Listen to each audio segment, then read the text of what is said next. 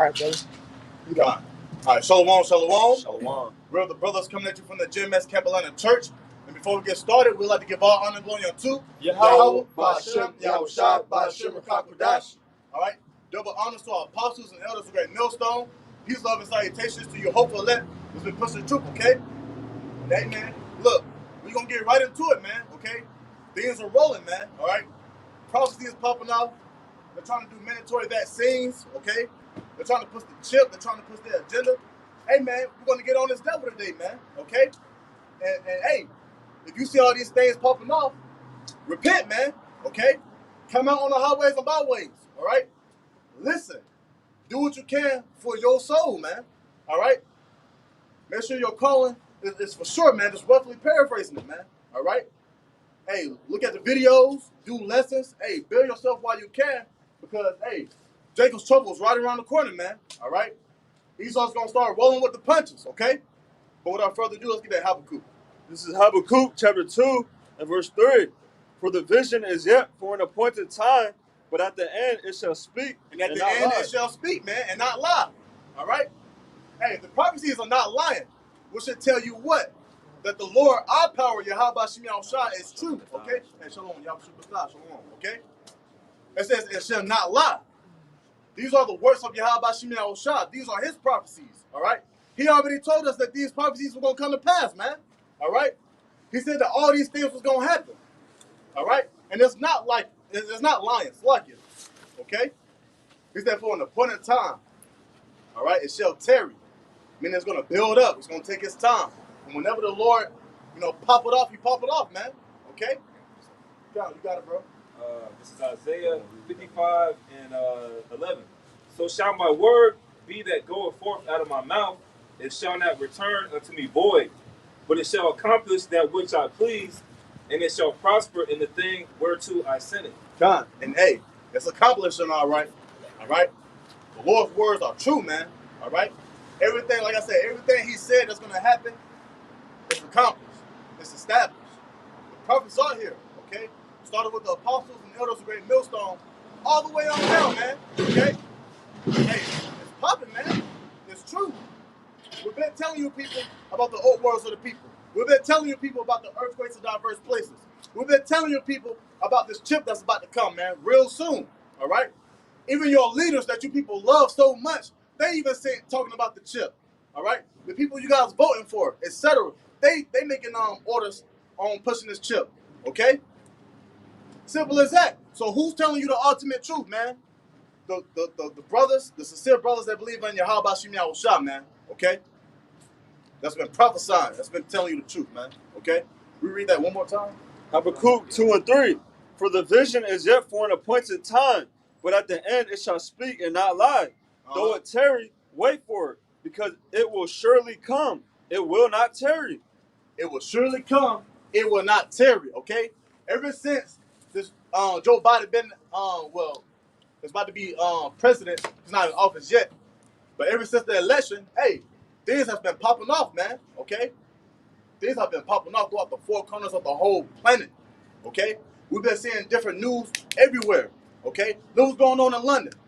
Man, it beating them cops' ass. All right, but don't get it twisted, man. When Esau come down with that great wrath, as the scriptures have said, all right, it's gonna happen. There's gonna be a time of Jacob's trouble. All right, you could be a Jake all the way in London. You could be a Jake all the way in the Philippines. Yeah. Con, water, brothers. Oh, yeah, Philippines. Philippines, yeah. Con, okay? Europe, all right?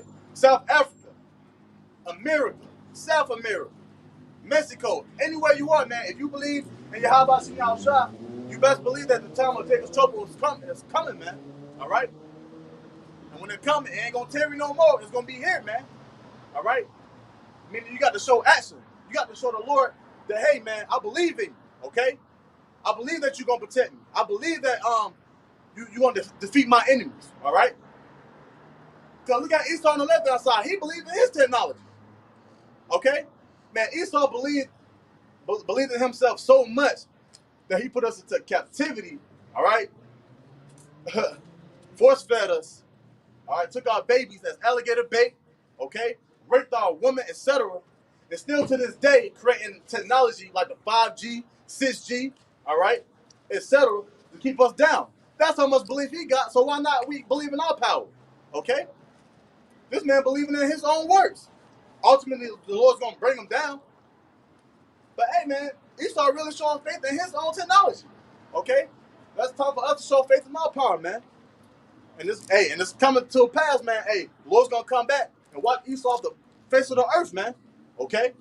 This rulership, America, Babylon, that you people love so much, hey, this thing is going to burn, man. Okay?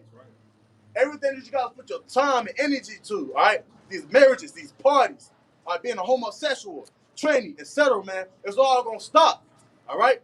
When the Lord come back, he's going to rule in righteousness, man. It won't be no more wickedness. There ain't going to be no more pedophilia, all that other stuff, man. Okay? Simple as that. You got it, bro. This is Amos 9 and 8. Behold, the eyes of the Lord are upon the simple kingdom, and I will destroy it from off the face of the earth. He said, I will destroy it off the face of the earth. He didn't say, I will have it remain forever and ever. Because the kingdom of heaven of Yahweh Shem Yahushua is forever and ever. Okay? So this place, America, is about to stop, man. It's about to be in complete halt. A complete end, man. All right? Ain't gonna be no more cars, no more chemtrails in the air. All right? Animals getting run over by cars. All right? This whole place is just hell, man. Like the scripture says, the valley of shadow of death. Okay? And yes, it is death, man. All right?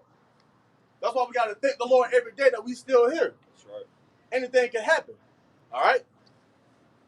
You got it. I got you. I'll just start from the top. Yeah. This is Amos 9 and 8. Behold, the eyes of the Lord God are upon the sinful kingdom, and I will destroy it from off the face of the earth, saving that I will not utterly destroy the house of Jacob, saith the Lord. Why is that? Because there's a remnant. All right? There's the chosen of the chosen that's going to get delivered. All right? Even the 1/3. Okay? The elect is going to have a chance to escape, man. The elect is going to be saved. All right? The 1/3 is going to be saved. But for you 2/3, man, that know this truth, that's still freaking off, etc., doing all wickedness, hey, man, you're going to die, man. Okay? We can't sit here and tell you you're going to be saved. We can't. Because we see the works that you guys are doing, man. All right? We see the wickedness of this place, man. We see your abominations. Just like the Lord is seeing it. Okay? And even with us, we filthy rags. That's why we still praying day in and day out that he have mercy on us. Okay? Because this place, man, it will mess your mind up. All right? It will mess your flesh up. And we understand that. Okay? You got it, huh? This is Malachi chapter 1 and verse 3. And I hated Esau and laid his mountains and his heritage waste for the dragons of the wilderness. Verse 4, whereas Edom said, we are impoverished, but we will return and build the desolate places. Thus saith the Lord, Yahweh Shem Yahushua of hosts, they shall build, but I will throw down, and they shall call them the border of wickedness. And the people... Man, look, it was an article I read about 2 weeks ago. They talking about going into seeing stuff like this, man. All right? Like, come on, man. You doing this in the Lord's sanctuary, but then when someone in your family get judged, you want to cry later on, man. Okay? People do not take the Lord and the prophets of Yahweh Shem Yahushua seriously, man. Okay? Like, people just think this is just entertainment. Snapchat, Instagram. All right? Keep that same energy, man. Okay? I'm telling you, when judgment comes to your family members, to yourself, etc., you're going to be on your hands and knees crying and praying to your false gods, man. I guarantee you he didn't know the truth at all, man. He don't know. Okay? Now, the Lord have mercy on the Lord have mercy on him. But that's just a prime example of what I was just talking about, man. It's smiling and cheesing like it's just a football game or a basketball game or something. People in the background throwing popcorn in the air or something, man. Man, Jake got to get judged, man. All right? That's the problem this was talking about, with our people, man. That's the spirit of an Edomite. Okay? You can read it, brother. This is Malachi chapter 1 and verse 4. Whereas Edom said, we are impoverished, but we will return and build the desolate places. Thus said the Lord, Yahweh Shem Yahushua of hosts, they shall build, but I will throw down.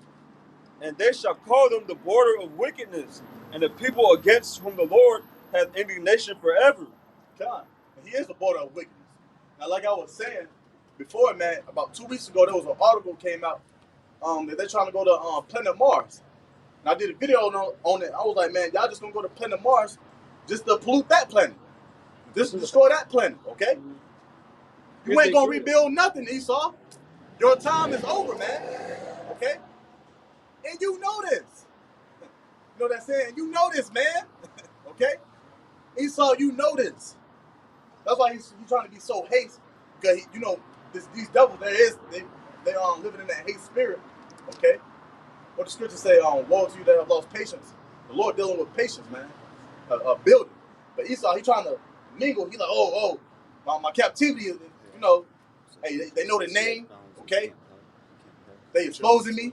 So, hey, Esau's on his 10 toes right now, man. And let it be, man, okay? Because we want you out, man. You are a wicked king, man, all right?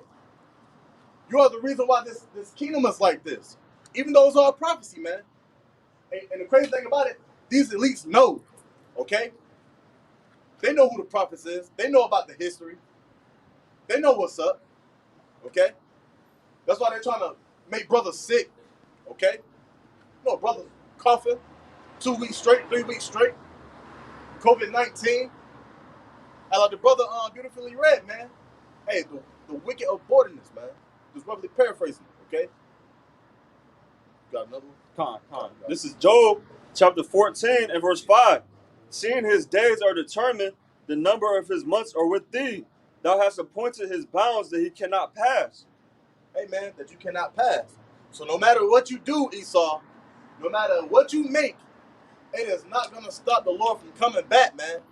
It is not going to stop the Lord from wiping this filthy place off the planet Earth, man. Making this place, America, a desolate, man.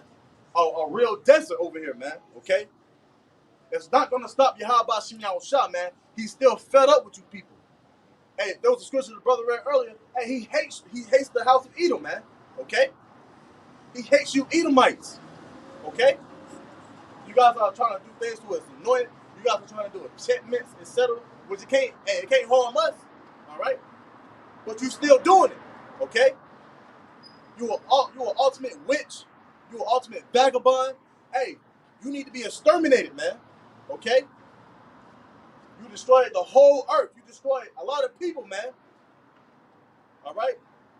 A little boy can say he want to be a girl. A little girl saying that she could be a boy. What kind of shit is that? Okay? We came so far in this society, man, to the point where everybody is brain dead, man. Okay? What kind of shit is that, man? Everybody want to be a sodomite. They want to transform their bodies to what they want to be, man. Man, this liberal is full of parash, man. Okay, it's full of dung, full of shit. Okay? Because once again, it's just destroying everybody on the face of the earth, man. All right? The Israelites, which contains you so-called Negroes, Latino, Native American, all the way on down, man. Okay? And most of these people know it. All right?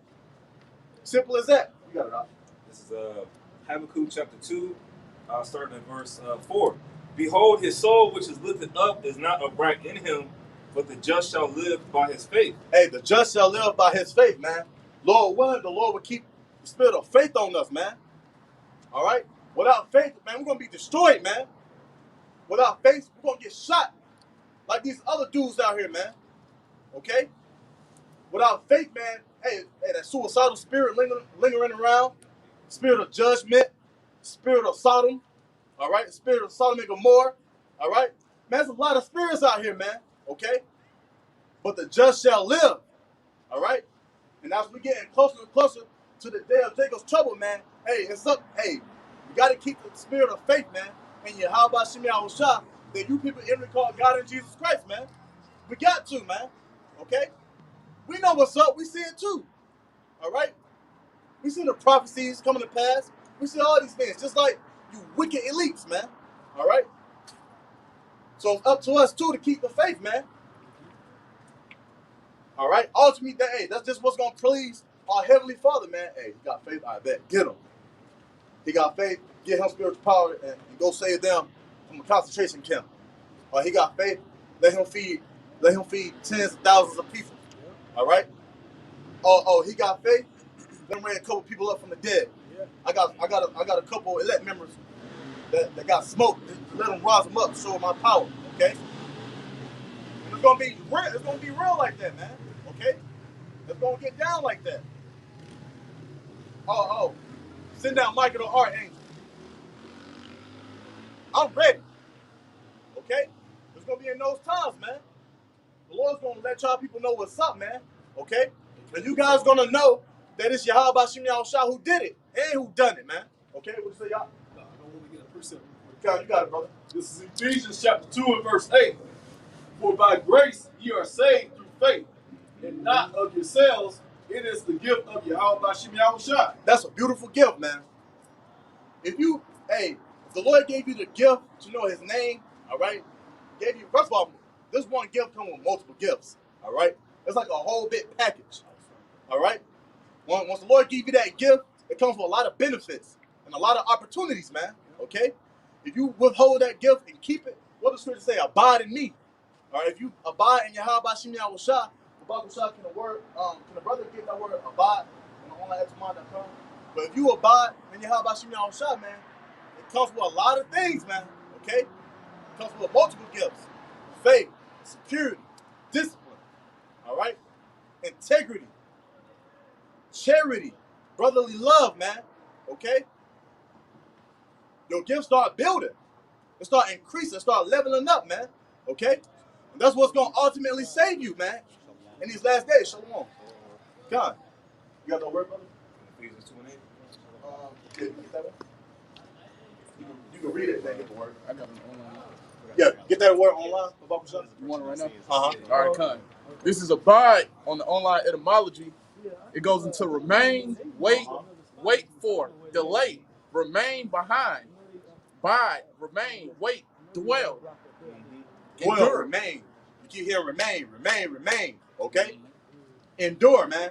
Okay? Remain in the spirit of Yahweh Bashim Yahushua, man. Keep that gift he gave you, man, and remain in it. Okay?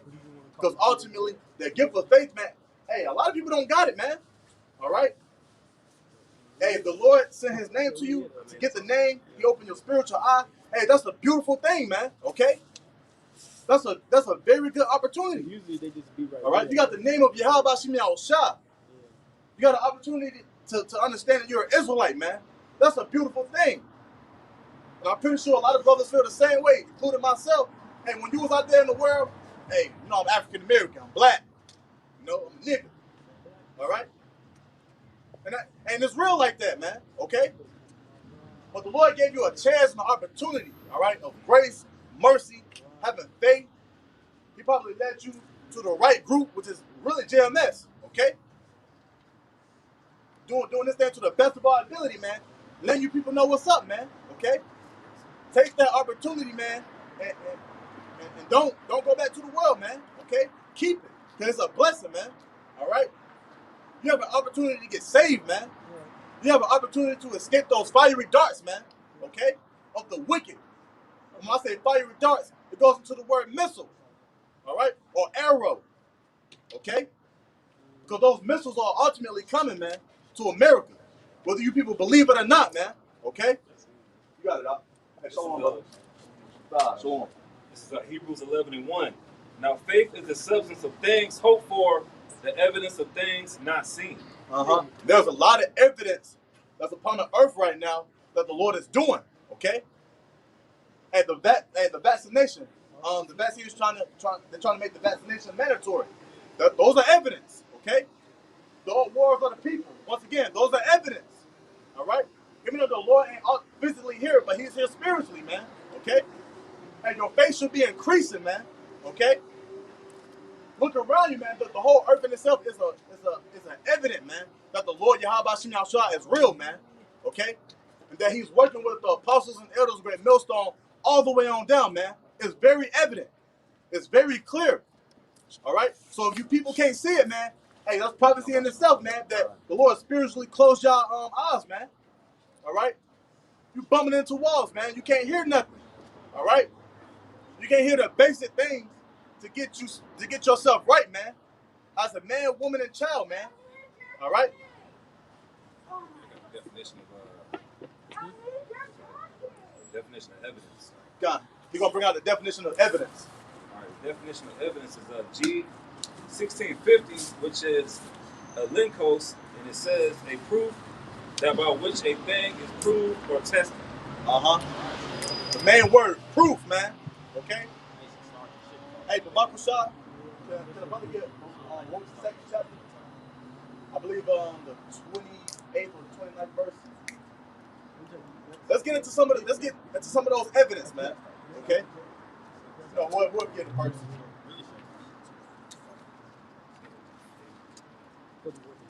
Alright, verse 228.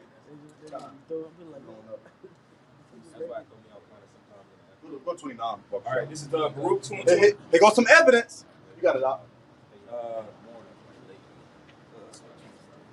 Let's get it. Alright, Baruch 227. O Lord, our power, that thou hast dealt with us after all thy goodness and according to all that great mercy of thine. Verse 28. And thou spakest by thy servant Moses in the day when thou didst commanded him to write thy law before the children of Israel, saying, if ye will not hear my voice, surely this very great multitude shall be turned into a small number among the nations. Which it did, man. A remnant. Okay. He's gonna. It's a of the chosen, man. All right. The elect, man. Okay. You got it out. Continuing on, it says, where I will scatter them. We've been scattered. All right. 70 AD was the greatest scattering of all, man. Okay. Man, Israel scattered, man. Okay. Esau was getting busy, man. Israel was fleeing. Okay. We've been scattered throughout the four corners of the whole earth. All right. That's why you have brothers teaching Yahweh Shem Shah all the way in London. That's why you have brothers teaching Yahweh Shem Shah all the way in Africa. Okay. That's why you have brothers, in small third world countries, etc., man. In the Americas, California, New York, Dallas, Atlanta. Okay. It's been a great scattering. Okay. But he go evidence. That's the evidence. You got it out. All right, Luke 2 and 30. For I knew that they would not hear me, because it is a stiff-necked people, but in the land of their captivities they shall remember themselves. Hey, brother, are we in the land of our captivity? Exactly, man. We're in the land of our captivity. And we remember what? You get it one more time? Let me start from the top. God, you got it. 2 and 30. For I knew that they would not hear me, because it is a stiff-necked people, but in the land of their captivities they shall remember themselves. Remember themselves, all right? You're a Hebrew Israelite, man. All right? You're not Negro. You're not West Indians. You're not Haitians. Dominicans, Panamanians, Puerto Ricans, Cubans, and so on, man. Okay? You're none of those, man. Those are byword and perverts that these devils giving you people, man. Okay? You're the Israelites, man. And the scripture said we shall know ourselves. There go more evidence. Okay? So it's evidently that Yahweh Shem Shah is real, man. Because hey, when we was out there in the world, that dude Jesus Christ didn't show us that. Buddha didn't show you that. Them other false gods didn't show you that. The spirit of Yahweh Shem Shah showed you who you were, man. Okay? Simple as that. You got it out. Then we can go back to that. This is Hosea 1 and 10. Yet the number of the children of Israel shall be as the sand of the sea, which cannot be measured nor numbered. And it shall come to pass that in the place where it was said unto them, ye are not my people, there it shall be said unto them, ye are the sons of the living God. Hey, we clearly see that, man. All right? The sons of the living power of Yahweh Shem Shah, man. Who's out here doing it? Amongst many Israelites. Okay? Only a very small number. Okay? Because Israel's a big nation. Okay? But only few men was preaching and glorifying and praising Yahweh Shem Shah, man. Okay? Simple as that. We go back to the Baruch Baruch. All right, this is Baruch chapter 2, verse 31. And shall know that I am the Lord their power, for I will give them a heart and ears to hear. And I will give them a heart and ears to hear. Okay? He put in our hearts, hey, something's up. Okay, it's not Jesus Christ. Oh, it's Yahweh Shem Shah. Then we clicking on videos. Then he gave us, the ears to hear. And then you probably hear, brother, hey, come on, highways and byways. Bet. We are on the highways and byways. All right, and the cycle continue, man. All right, he gave us a heart and ears to hear, man, to listen, to believe, man. Okay, like the brother mentioned earlier, this is a gift. There's an opportunity. Because a lot of people don't have that. Exactly. A lot of people don't have it, man. And then once we're here telling you how beautiful our power is, how wonderful he is, all right, coming at you from this good news, you guys hate it, man. Okay? It's a good thing to tell you to stop being a sodomite. It's a good thing to tell you to stop eating pork so that you can at least live longer, man. Okay? This is opportunities, man, and you guys hate us for that, man. Come on. But that's all prophecy. We don't mind, okay? We're going to sit on the sideline and watch the Lord judge you people, as he's still doing until this day, until this very moment. As we speaking right now, there's someone out there in the world being judged. Getting jacked the hell up, man, okay?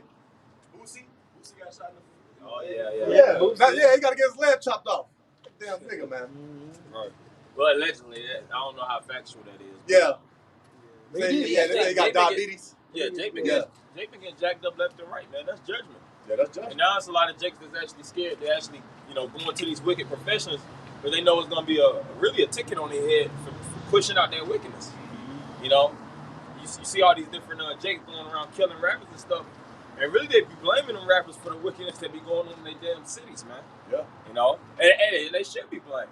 Yeah. Pushing out musical content, talking about drug dealing and killing, pimping women. They help contribute to the destruction of the nation. But then they get judged and everybody, he was a good nigga. He's a legend. He's a legend. A lot of these Jakes are dying from what? Overdose? That's judgment. They actually kill themselves. I forget that one rapper name. Juice WRLD. Yeah, he overdosed. Took all those different drugs on the plane so he don't get caught up. And they found pounds of weed and all kind of weird drugs. Same thing with the rapper Lil Wayne. I seen that. Yeah. He's supposed to be facing like 10 years. Yeah. Did an investigation. He had heroin, tons of heroin, cocaine. I think method. Like, what the hell is you doing with them drugs? You selling them or are you using them or both? But then some shit happened where he get locked up. Then everybody got the free whoever T-shirt, so he could come out and be a demon again. Or they have a nigga on the T-shirt with wings and shit, and then the blue skies behind him. Man, that's all. With a halo. Yeah, with a halo. Man, get the hell out of here, man. All right. You niggas want to keep being niggas. All right. You guys want to keep being reprobates. Hey, so the Lord is gonna, reap what you sow, man. The Lord's gonna give it to you, man. All right.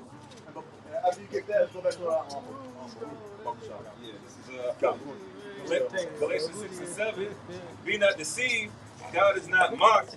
For whatsoever a man soweth, that shall he also reap. Yep. So whatever you sow, you shall also reap. Okay. That's why a lot of people dying out in the world. Okay. That's why there's a lot of people just dropping dead, man. Because you people ain't right. You people are not right. You can pretend like you love everybody. You can say God loves everybody. Motherfucker, you ain't right. Okay? You are not right. Okay? You get that precept. This is Romans chapter 10 and verse 16. But they have not all obeyed the gospel. For Isaiah says, Lord, who hath believed our report? Who have believed our report? Okay? Most of you people don't believe this good news. Hey, we're the ultimate newscast. We're reporting everything that's going on. What these people are doing with these vaccines, etc., man. And you guys are just lollygagging. Like everything is just all good, man. America's gonna get worse and worse and worse. And the Lord's gonna come back to destroy this place, man. Okay? That's the end all be all, man. All right? We're telling you people what's up. We're telling you people, hey, get right, keep repenting. This is the grace period, but that spiritual art that's on that, the door that's on that spiritual art is slowly closing, man. Okay? And once it's closed, don't come running and knocking on it. Hey, let me in. Hey, you ain't gonna get in, man. You're gonna be left here with over 200 million missiles that's hitting this place, man. Okay? You got it. Yeah, you can get back in there. All right, this is Baruch chapter 2, verse 32. And they shall praise me in the land of their captivity and think upon my name. And they shall praise me in the land of their captivity, all right? And think upon my name. More evidence. I thought we already had the name. other than Jesus Christ. All right. If everybody knows Jesus Christ, won't we be saved already? Right. We should have been saved. Yeah, we should have been saved. We should have been delivered. Message. Right. All And right. that's how you know when it comes to these camps pushing Christianity and believing in white men and all that, you know, saying that that's the mark of the beast. Well, that means we all would have had the mark then. And if that's the case, then that would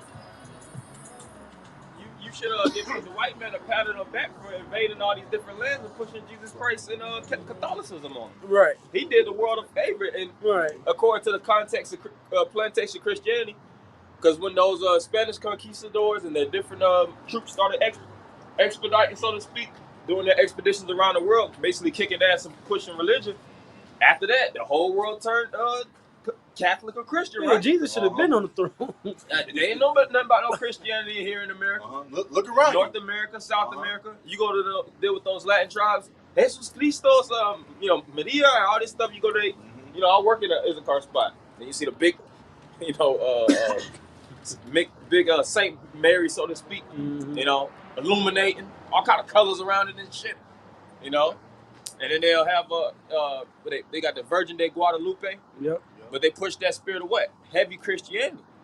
And they all know Jesus Christ. So they'll say it in so many different ways. Jesus Christos. And they'll pray to that name. But is South America getting better? Is their native? Is the Lord actually returning Jesus Christ, white Jesus? Hell, do you remember that big statue in Brazil got tore down? Yep. I forgot, what was it, like a disaster that was taking place in, I think it was in Rio.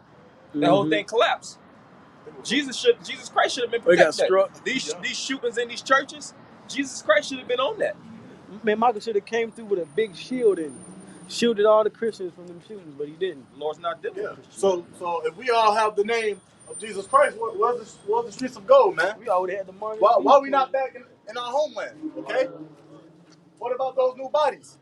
Where those new bodies at, man? Okay.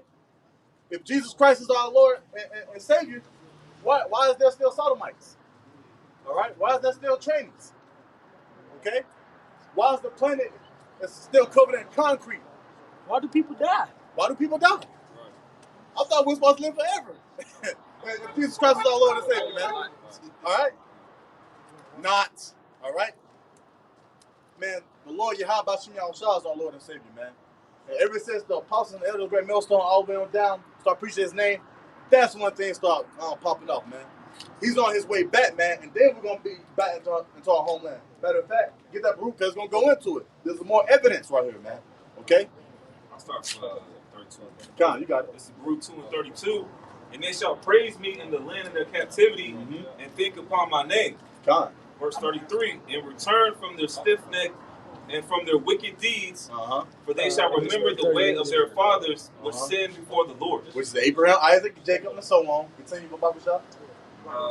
Verse 34, and I will bring them again into the land which I promised. We're not even there yet.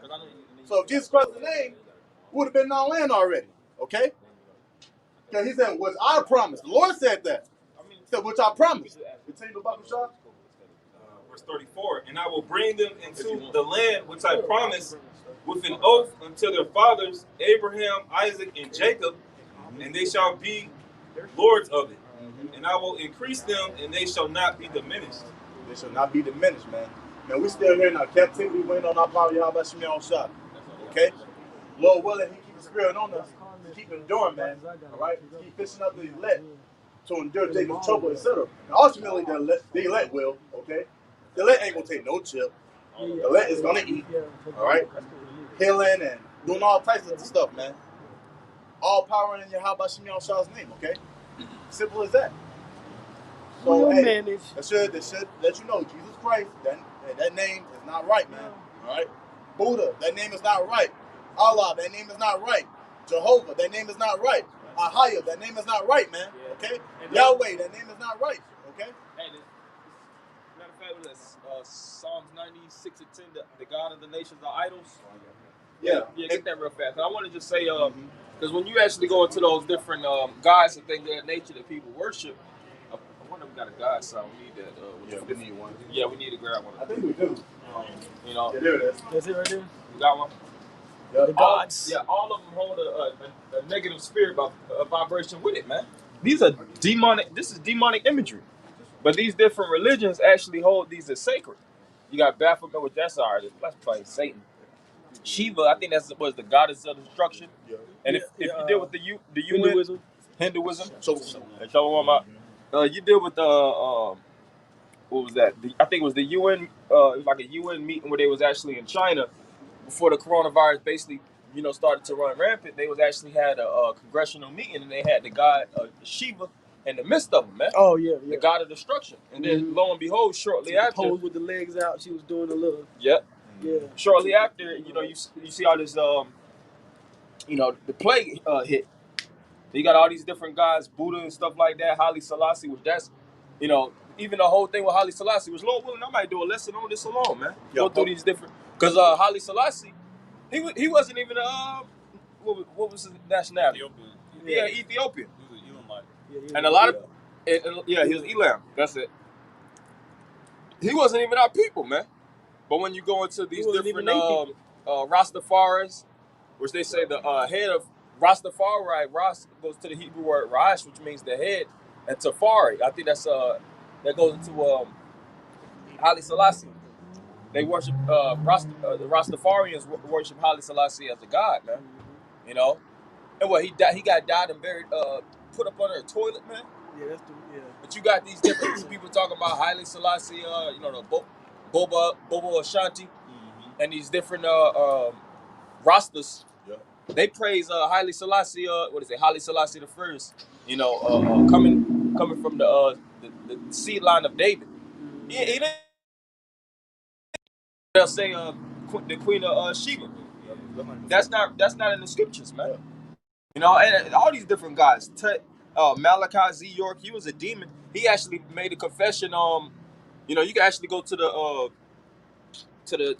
video, and you see that he confessed. What was it to the video where he actually got prosecuted? Who we talking about? Malachi York. Oh yeah, that was a few years. What was it? Pedophilia. But he actually basically admitted to it on the stand. He pled guilty. Mm-hmm. Why would you plead guilty if you're not guilty? You would plead innocent, and you would fight it even if you're in prison. I don't care if I gotta do life in prison. If I'm innocent, I'm innocent. I'm eat that. I'm not gonna. There ain't no judge or lawyer that's gonna persuade me to actually plead guilty for something, especially heinous action as that. Like I said, all this Mecca, all this stuff is wickedness, man. All of it got negative and demonic vibrations behind it, whether you like it, see it or not. Somebody got that song? Yeah, I got that. This is Psalms 96:5. For all the gods of the nations are idols, but the Lord made the heavens. Yeah, all the gods of the nations are idols, and that's what people idolize. What y'all seen at the bottom too. And this whole thing, it got a story behind it, man.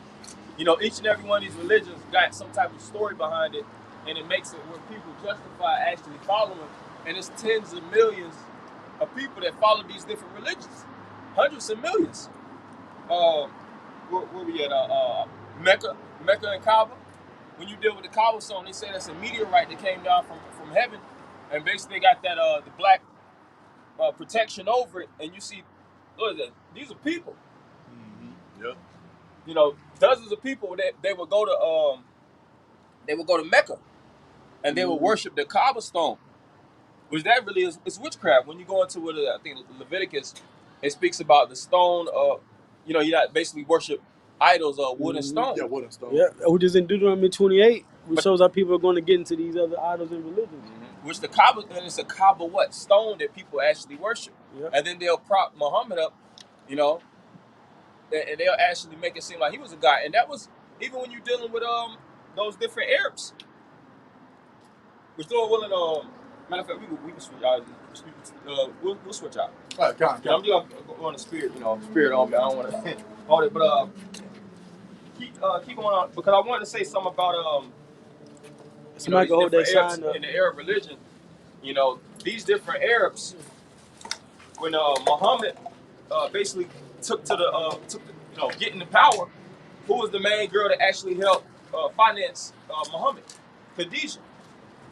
when you actually go into the history with them, he actually had a relationship with Khadijah, and she was much older. And I think he had made war with the no, he came out from the Quraysh tribe, and all those Arabs that was around during that time, they didn't like Muhammad. They was trying to kill Muhammad. The original god at that time was Hubal. Yeah, Hubal, the moon god. Hubal was the god of the moon, and they basically had all these different gods that they actually worshiped. But basically, Muhammad, when he came into power, he centralized Islam onto the masses of the people. And it was times where actually Muhammad had to flee. Then he started to gain militarized strength to actually push the religion of Islam upon those Arabs that actually hated him. Because they was trying to kill Muhammad. Through the Catholic Church. The first people he had to go to war with was his own people. What you about to say? Well, the Catholic Church, they financed him. Yeah, the Catholic Church financed that religion through to actually be with through Khadijah. Other nuns and stuff. Mm-hmm. Because the Catholic Church, which was Jake, they set up Islam. Quiet as it's kept. Yeah, it was Jake that set up Islam. But what? It backfired. It started to become a predominantly strong religion that started to dominate that basically the Arabian area. And it got bigger and bigger and bigger to the point till the point it's set today. If a brother got their phone on, look at the population of how many people are in Islam. Then look up Christianity. It's about equal. Yeah, they about equal. Billions.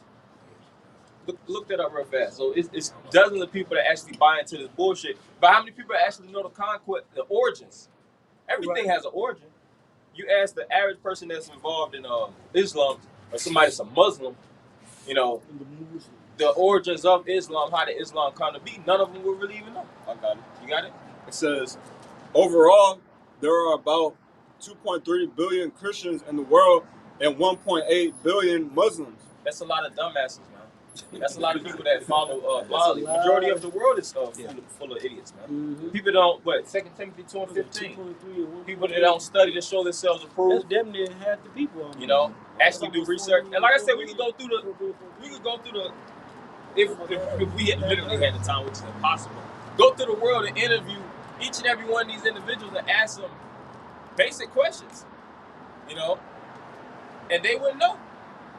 Because majority of these people, they just follow it because it's the traditions of men. My father was a Muslim. My cousin was a Muslim.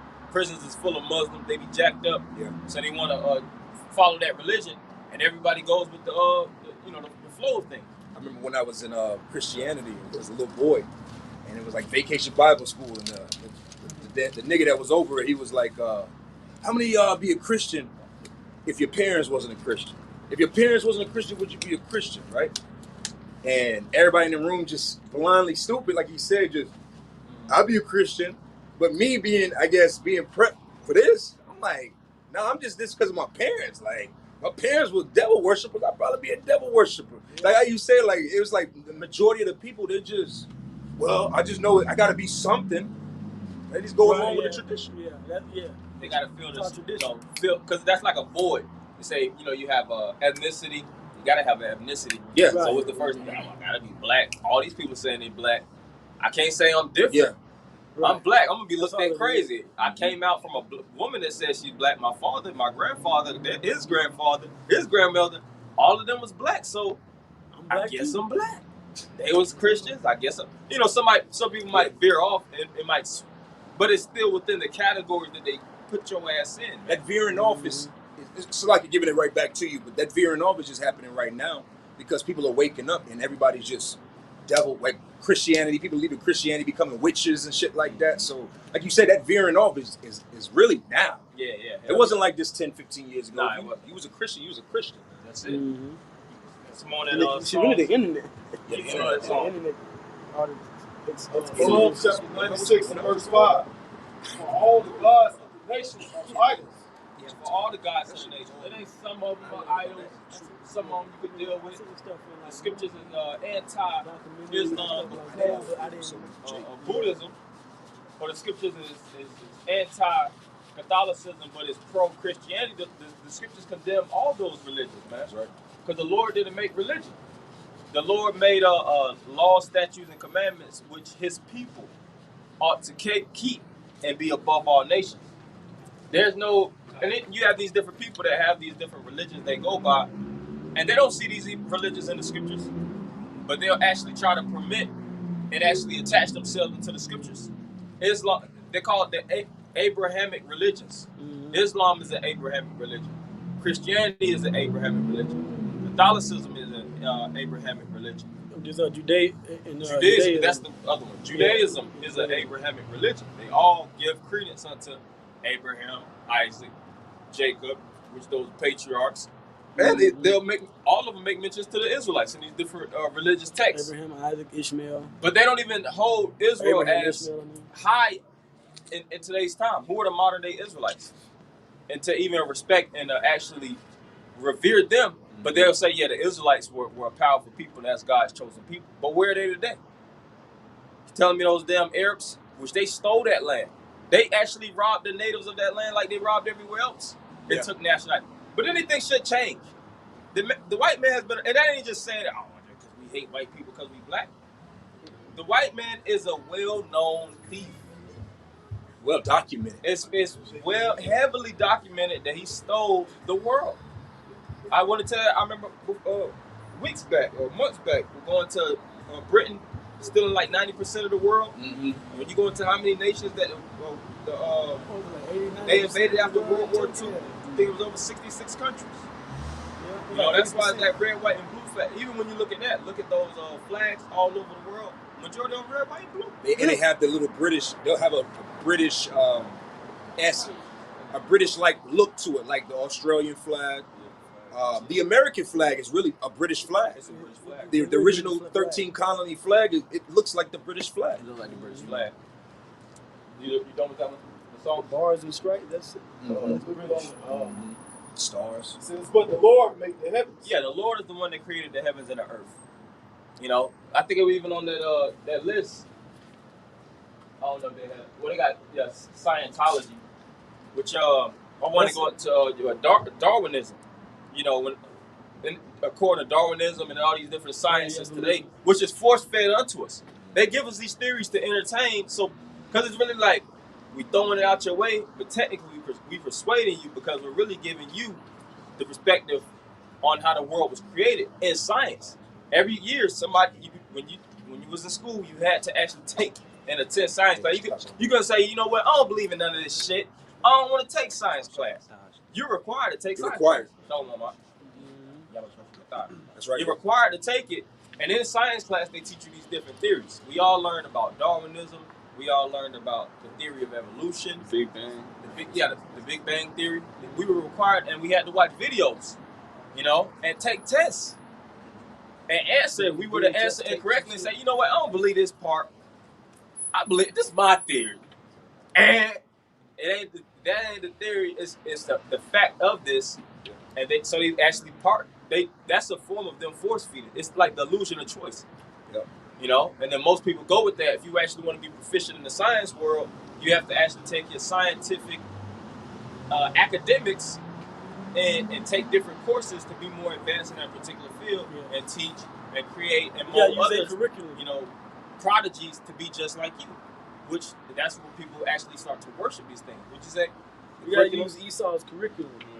You gotta use his science, use his theories, what he says is right. You got to use his people that like his people that are used as a standard. Like this person said this. Right. Forget how would you word that, but you got to base it off of their gatekeepers of knowledge. Like, right. Well, such and such said this, so we're considering him the standard in this realm. You know. Right. And that's true. They forced me my senior year because I didn't really have nothing much to do. They forced me to take forensics, chemistry, and fucking chemistry. I said that biology. Which stuff like that. That's not necessarily a philosophy. That's actually science that you can use with forensics and chemistry. Yeah, natural biology. Chemicals, but. Like the brother was saying, when it comes down to their gatekeepers and their actual scientists, like Einstein and their psychologists, there's a whole doctrine behind that. Yeah. And that's why, if I may say, they borderline like we all remember when we was in school. If you went, you know, they presented a lot of these things on a bare minimum level. Like I remember, like you like think about psychology and growing up and reading that, they kind of hint at Freudism.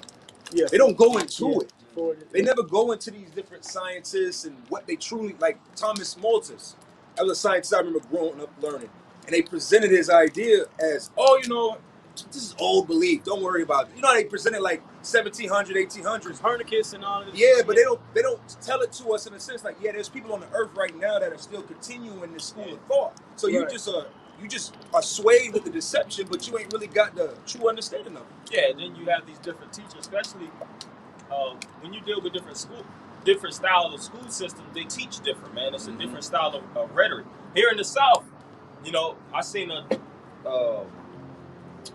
it was like a documentary on Vox, and it was basically saying during the Confederate years how they was really pushing certain, basically Confederate doctrine within the school system. Mm-hmm.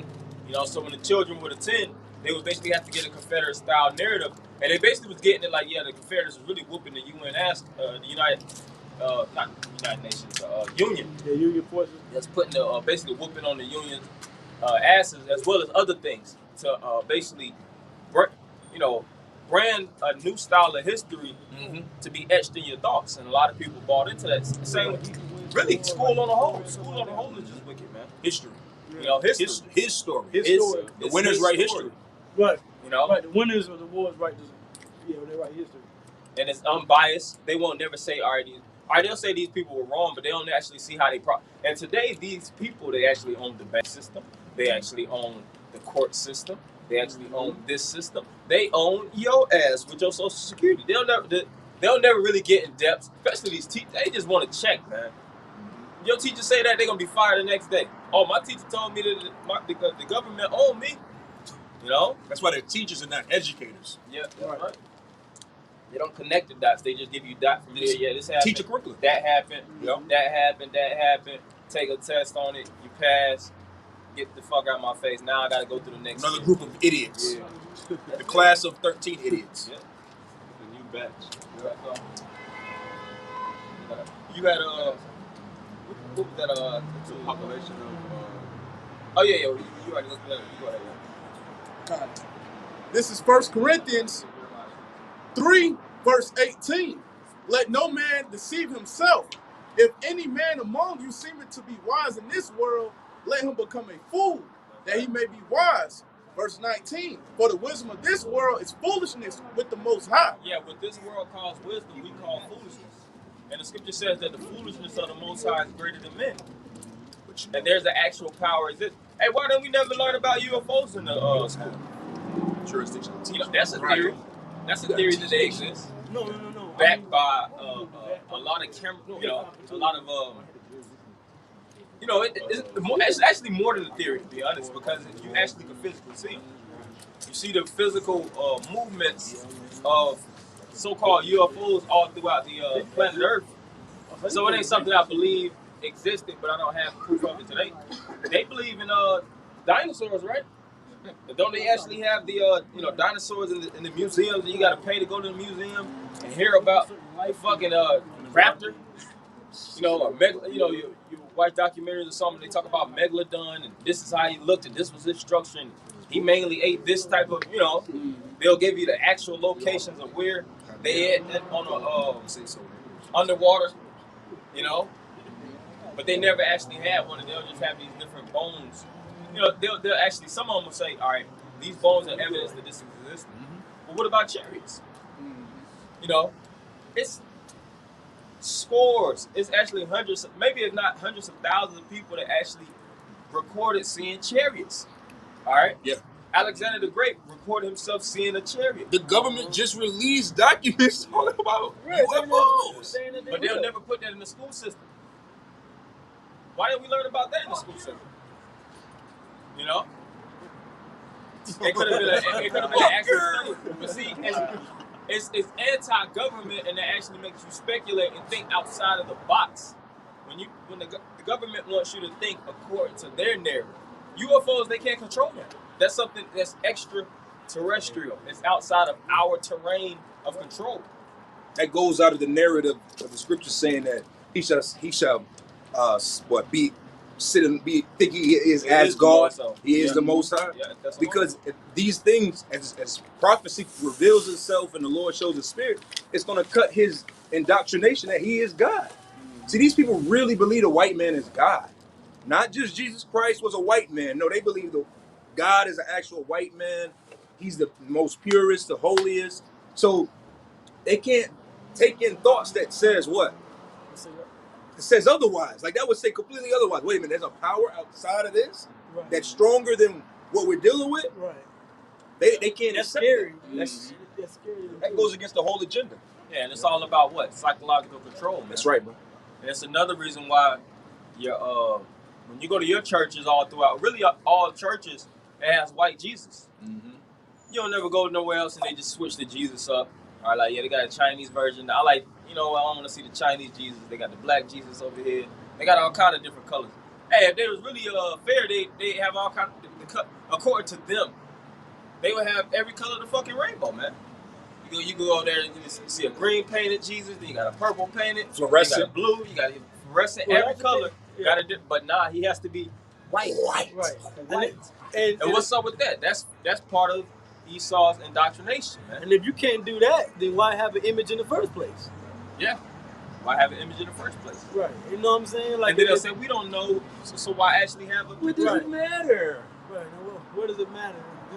But you had the white picture. Yeah. We didn't, it's like as if we just came out of nowhere, like, yeah, well, we say Jesus is black.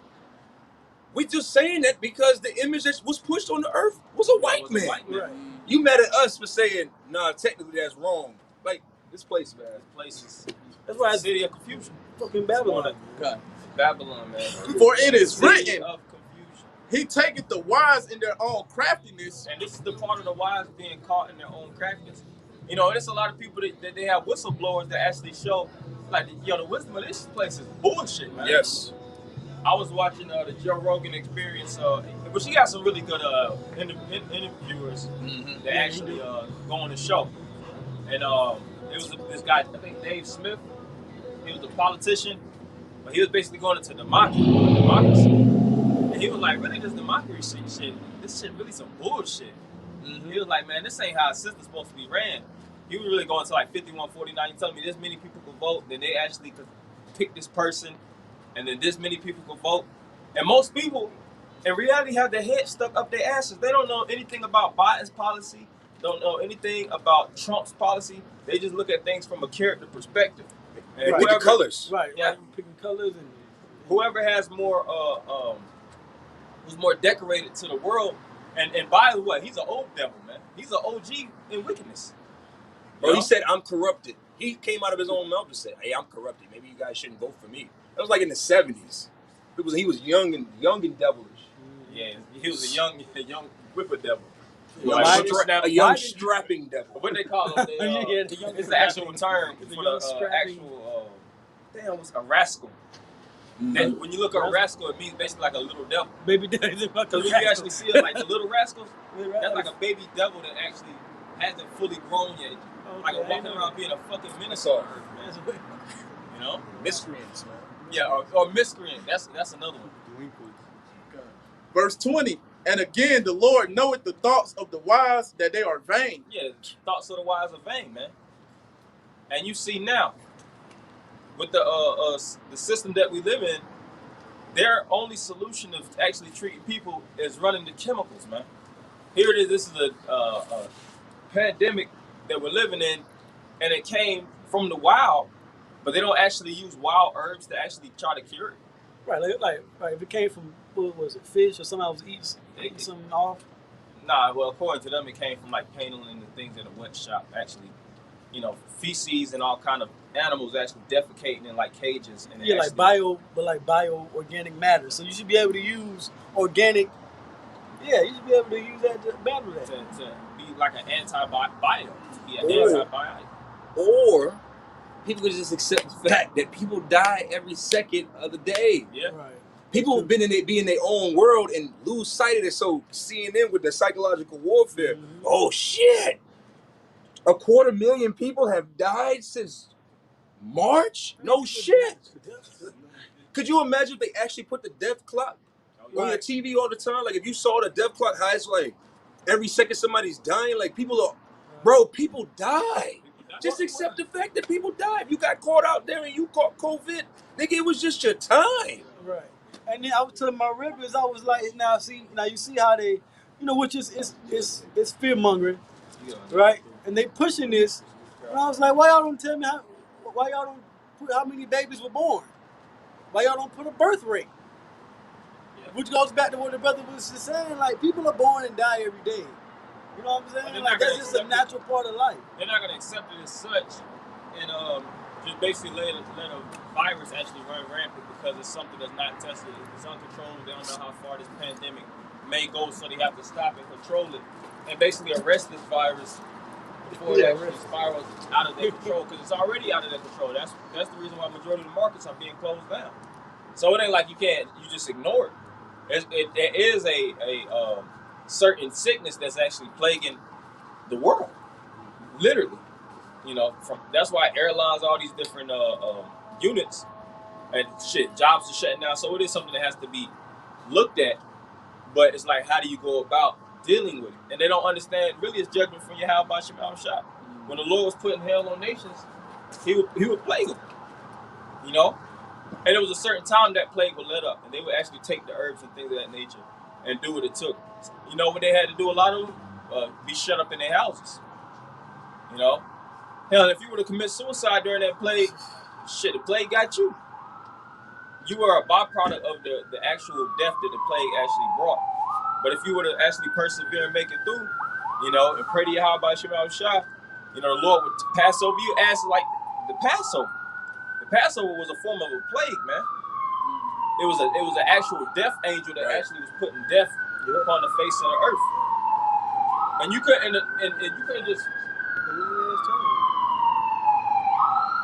just take something to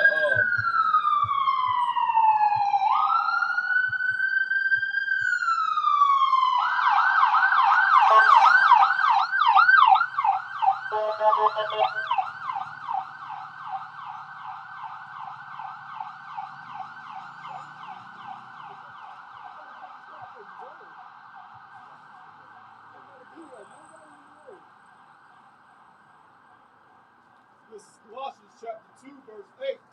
Beware lest any man spoil you through philosophy and vain deceit. Yeah, beware if any man spoil you through philosophy or vain deceit.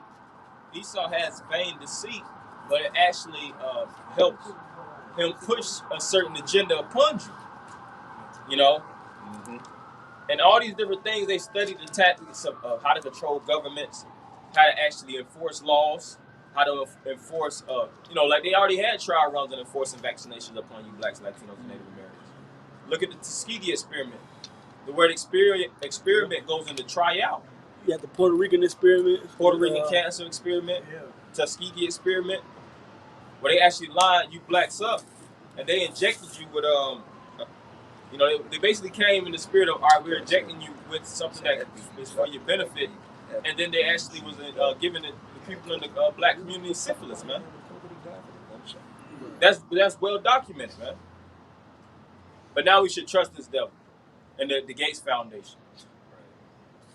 It ain't any devil. It's actually fucking Bill Gates, the founder of Microsoft.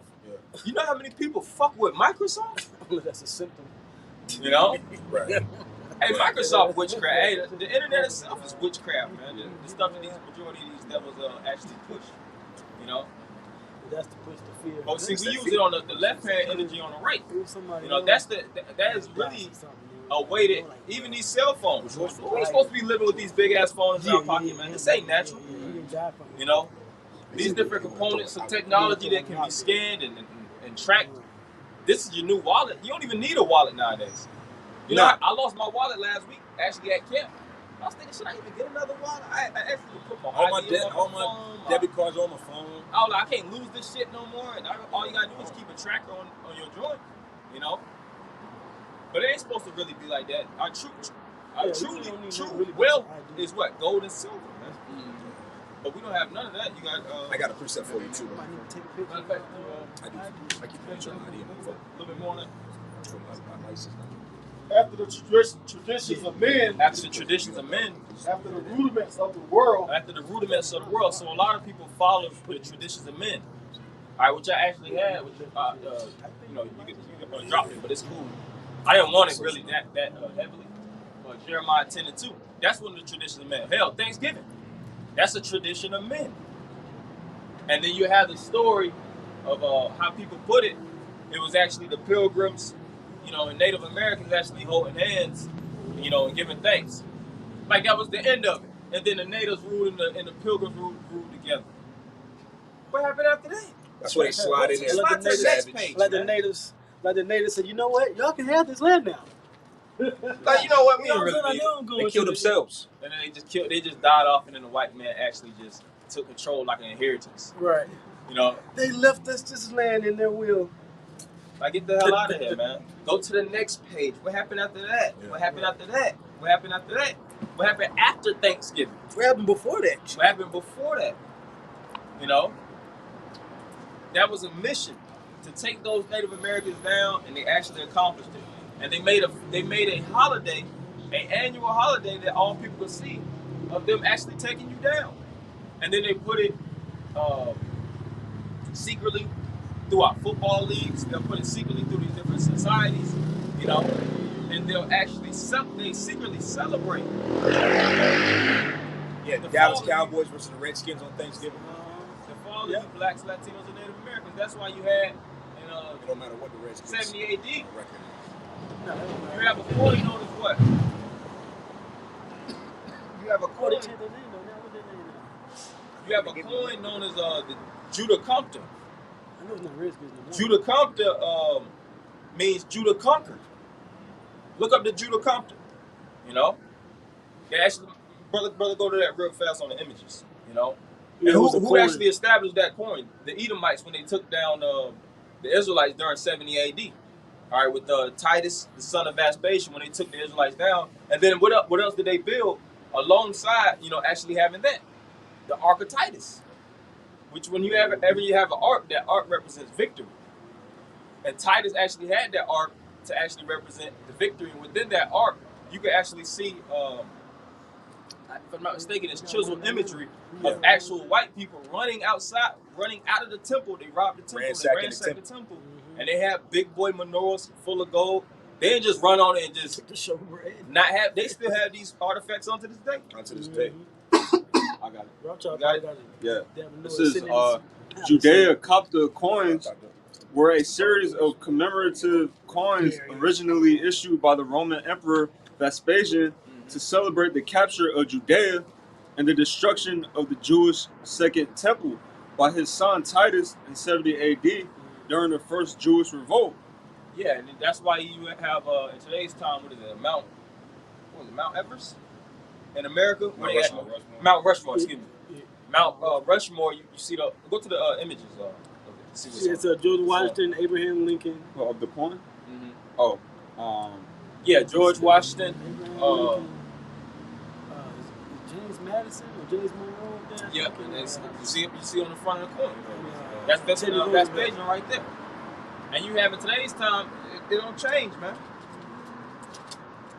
Is it on there? Yeah, let me get a little bit closer. Yeah, that's good. Yep. But it don't change, even to this day. I want to put this on camera. Well, who was that? Andrew Jackson. Oh, I couldn't see it. Which is another, well, it was a 20. But I was just, from the 100s to the 50s, all these different, it's the same spirit, man. I just use that as an example because we're dealing with coinage, and I got so-called modern coinage in my pocket. Yeah, the mark of the beast. Yeah.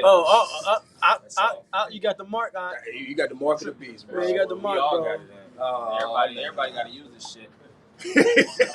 according to these idiots, man. And if they print anymore, that's it. So I mean, the whole world gonna die. If you get a $20-21, that's it. You got the mark. But see, it's the same vibration today, man. The same spirit. Andrew Jackson, he actually partook heavily in the fall of the natives, man. If I'm not mistaken, I think it was Andrew Jackson known as the Indian Killer. He was an Indian killer. He actually was one of the people that actually helped push, if I'm not mistaken, the Indian Removal Act. Shit, he's the hair weave killer. He's the Indian killer. You got to kill a lot of Native Americans. Get that title. Indian killer. Yeah, there was a lot of Edomites killing Indians. Yeah, But for he you was to be the the Indian Indian killer. killer. Niggas was like, nah, we kill, but you kill. Esau killed his thousands, but Andrew killed his tens Tens of of thousands. thousands. Shit, you gotta take the same from Israel. But shit, he put in enough work to be the president of the United States. He's the chief devil. Yeah. You got it? This is Nahum 3, verse 4. Because of the multitude of the whoredoms of the well-favored harlot. Well favored. This place is well favored on the left hand side.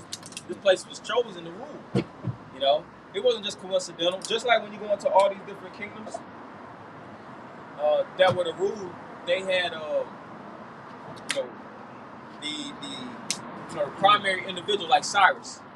When Cyrus ruled, that was announced even in the scriptures that Cyrus was going to rule, all right, and actually have a very impactful position upon the face of the earth, because that transition from the Babylonian Empire to the Medo-Persian Empire.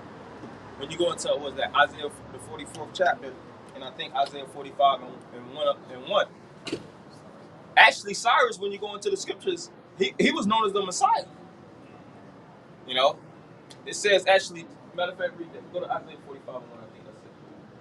So Isaiah chapter 45, verse 1, thus said the Lord, Yahweh, to his anointed. And I was watching this documentary, and I think it was like a Bible documentary. And the dude was talking about actually Cyrus, and he was like, the Jews used to call him Mashiach. You know, they said in the Yiddish form, Mashiach. I'm thinking, what the fuck is this guy talking about, man? Mm-hmm. Then he went to Isaiah 45, but I was like, yeah, that's actually true. Cyrus was known as the anointed. Now, was he the same anointed like Yahweh Shah? No. He was anointed to do a job, which actually Cyrus actually helped, decree for the Israelites to establish a temple, man. Yeah, it doesn't mean that the Most High set him up. The Most High set him up. That's all it means. He was anointed through the Most High to do an actual certain job. But was he one of the chosen? Was Cyrus, part of the Israelite nation? No. He gonna get saved. Yeah, is he gonna get saved? You got it. To Cyrus, whose right hand I have holden, to subdue the nations before him. To subdue the nations before them, which was the Babylonians. That was the transition from one kingdom to the next. The Babylonian captivity, starts. And the main key face of the Babylonian captivity was Nebuchadnezzar. When you think about Babylon, you think about Nebuchadnezzar, which he's actually mentioned within the scriptures and mentioned all throughout history. You want? And I will loose the lords of kings to open before him the two leavened gates, and the gates shall not be shut. Yeah, that's the main point. So every person that actually played an important role in history, so to speak, they actually had a shout out. Alexander the Great, when you read the Book of Maccabees. Esau now. The 4 generals. Esau now. Yep, the 4 generals. The 4 generals. Yeah. And then the Lord started to actually deal in a more numerical sense. So 4 generals, he spoke about the 4 heads. And then there were so many different kingdoms where he started going to heads and toes. This kingdom will have 7 heads. He wasn't going to go into the future because those were future prophecies. But it would actually be people that would be in head-like positions, and they use these different beasts to represent. The scriptures ain't going to say, America's going to rule.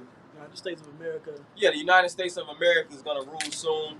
That's going to be the last kingdom of the USA. They're going to have NATO. The African Americans shall rise up. Yeah, they're really my people. That actually called themselves. But see, Jake wanted to actually say that. If it was going to say that, the Bible would be banned. But it's going to put it down. And you see, those are the parts in the scriptures where majority of these pastors and shit be scratching their head, man. Oh, man, Genesis 10 that's a Christian killer, man. Oh, yeah. Table of Nations, they don't want to deal with that. And they don't know what they represent. They can't even pronounce the words. That was one of my first first questions when I was young. I was like, who are these people?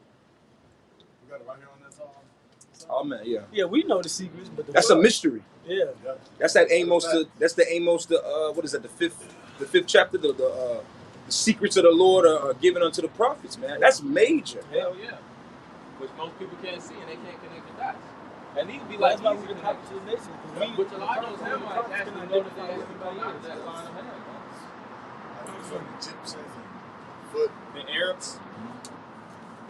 And they call even the Arabs called the people of Mizraim, I think they call them Muslim. when you go into the actual Yeah, like the Arabic, Muzri or something like that. yeah, MUZR. Which is RI, which when you translate that, that's Martazaria, which that's because like when you in the Hebrew, if you want to say um, an Israelite, you have to say Yashar Aliyah. You got to have a yah at the end. So and they in the English they equate the yah with the I. So when they say Muzri, they're really saying Martazaria. This is Nahum 3, verse 4. Because of the multitude of whoredoms of the well-favored harlot. The multitude of whoredoms. So this ain't just any hoe. This is a hoe that's actually running amok, man. Is multitudes of whoredoms. She's running through all nations, and it ain't talking about, you know, your local street thug, man. It's talking about big governments going and invading major governments and seducing them and having them conform to the plans of the good old USA. Did you have the actual flag map? The flag? What I was talking about earlier, the red, white, and blue going to the flags of the world. It might just have like all of them queued up. But like I was saying earlier, all on red, white, and blue. In America, when they went into these different lands, they didn't just go and rob them for resources and bounce. If they actually, like Hawaii, that's basically a territory of America, right? And you have all these different places. Guam. Yeah, Guam. Yeah. Mm-hmm. The territories of America. And how did it become a territory of America? America being actually called, you know, America after Amerigo Vespucci and these different conquistadors, it wasn't called America originally. Most people don't even know the original name of America. Bro, Guam is in the middle of nowhere. Yeah. Like if you really look at the world map and see where Guam is, it sits in the middle of the Pacific Ocean. So it's like that just show you Esau. Place. Yeah, Esau has a real conquering spirit on it. Going like when you start going in the middle of the ocean, just conquering people. Yeah, that's just off. Those people in Guam. It was like Japanese. Yeah, that's like the only island. That's like between North America and Asia. It sits like right in the middle of the ocean. That's why the scripts call him a vagabond, man. Yeah, it has no home. Neither keep it that home. That man follow Jack. Tom walking through the face of the earth. Getting into some shit. Oh, you got that? Okay, you can go on to it. We'll go back. This is Habakkuk chapter 2, verse 5. Yea, also because he transgressed by one. Yeah, he transgressed or he breaks the laws or steps over. When you go into transgress, basically, I think if I'm not mistaken, it means to switch over or to stand over. So they'll see the line and then they'll cross that line. You know, that's how when you break the law, that's a law is boundaries, is barriers. And you'll see the law and you break the law, that means you're going over the law. You're out of bounds. You're out of bounds. Mm-hmm. And Esau goes out of bounds. He actually had bounds. He had Petra. That was his land. The Lord gave him a land. But what he said, that's not enough. Esau wanted the fatness of the earth when you read in Genesis. Well, and he got the fatness of the earth. Yeah. That was his blessing, though. That was his blessing. But just he was going to have to do it through wickedness. Those are all the countries. I just told him. He said, "Yeah, you can get things here, but he said you got to get it by the sword, though." Yeah. This is Job. Take it from Jacob. This is Job 9:24 in the picture. Yeah. Oh yeah. Let me. Red man's land. That's Job 9:24 in the picture. If they had actual Bible dictionary, you know, you go through the dictionary, they have a little picture. They had a Bible dictionary. They had Job 9:24. That would be the picture. And that's not all the way 100% showing all the way, because there's a lot of islands, like on the east coast of South America. There's a whole span of islands off the east coast that's ran by the British that we just don't normally see. Like we think of islands and we think of the Caribbean islands and the Gulf Coast and South Florida. But there's islands. There's a whole bunch of islands down there in South America that Esau runs. Well, you got the Marshall Islands, which is ran by the British. You got Falk Island. You got it's different islands when you look on the maps. The ones they put on there. Right. The ones they put on there. You got islands off the west coast of Africa. Mm-hmm. That's ran by certain by most people don't even know Bermuda Island is off the east coast. Mm-hmm. As a matter of fact, one more thing, look up the scramble of Africa and go to the pictures. I wanted where they actually have all the different devils pulling different Africa from different directions.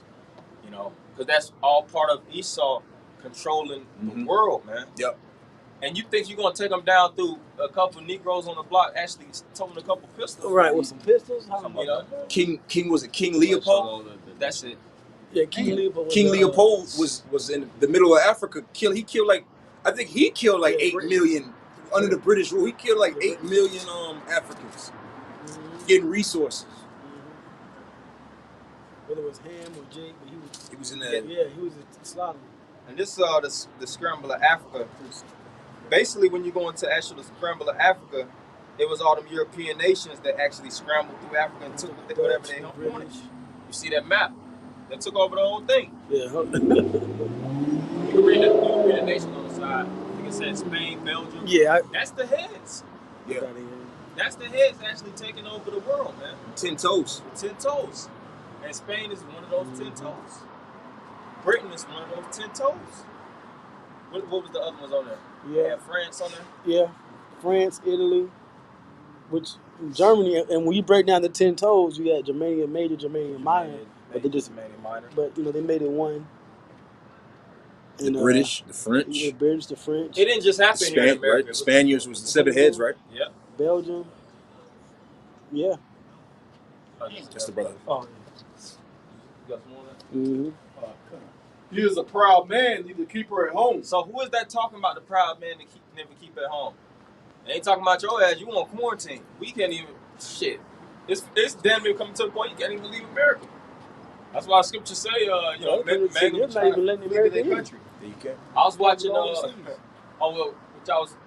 I think it was the same video on that Joe Rogan podcast. He was talking about people wanting to flee New York and California because it's too goddamn expensive now. And not only is it too expensive, like $2,800 it's the fact that the entertainment is broken down. See, the reason why people go to these different suburban areas is not because always the housing. They'll stay in a fucking 1-bedroom apartment. Yeah. But they paying them like $5,000 a month, or however much they pay. For a closet.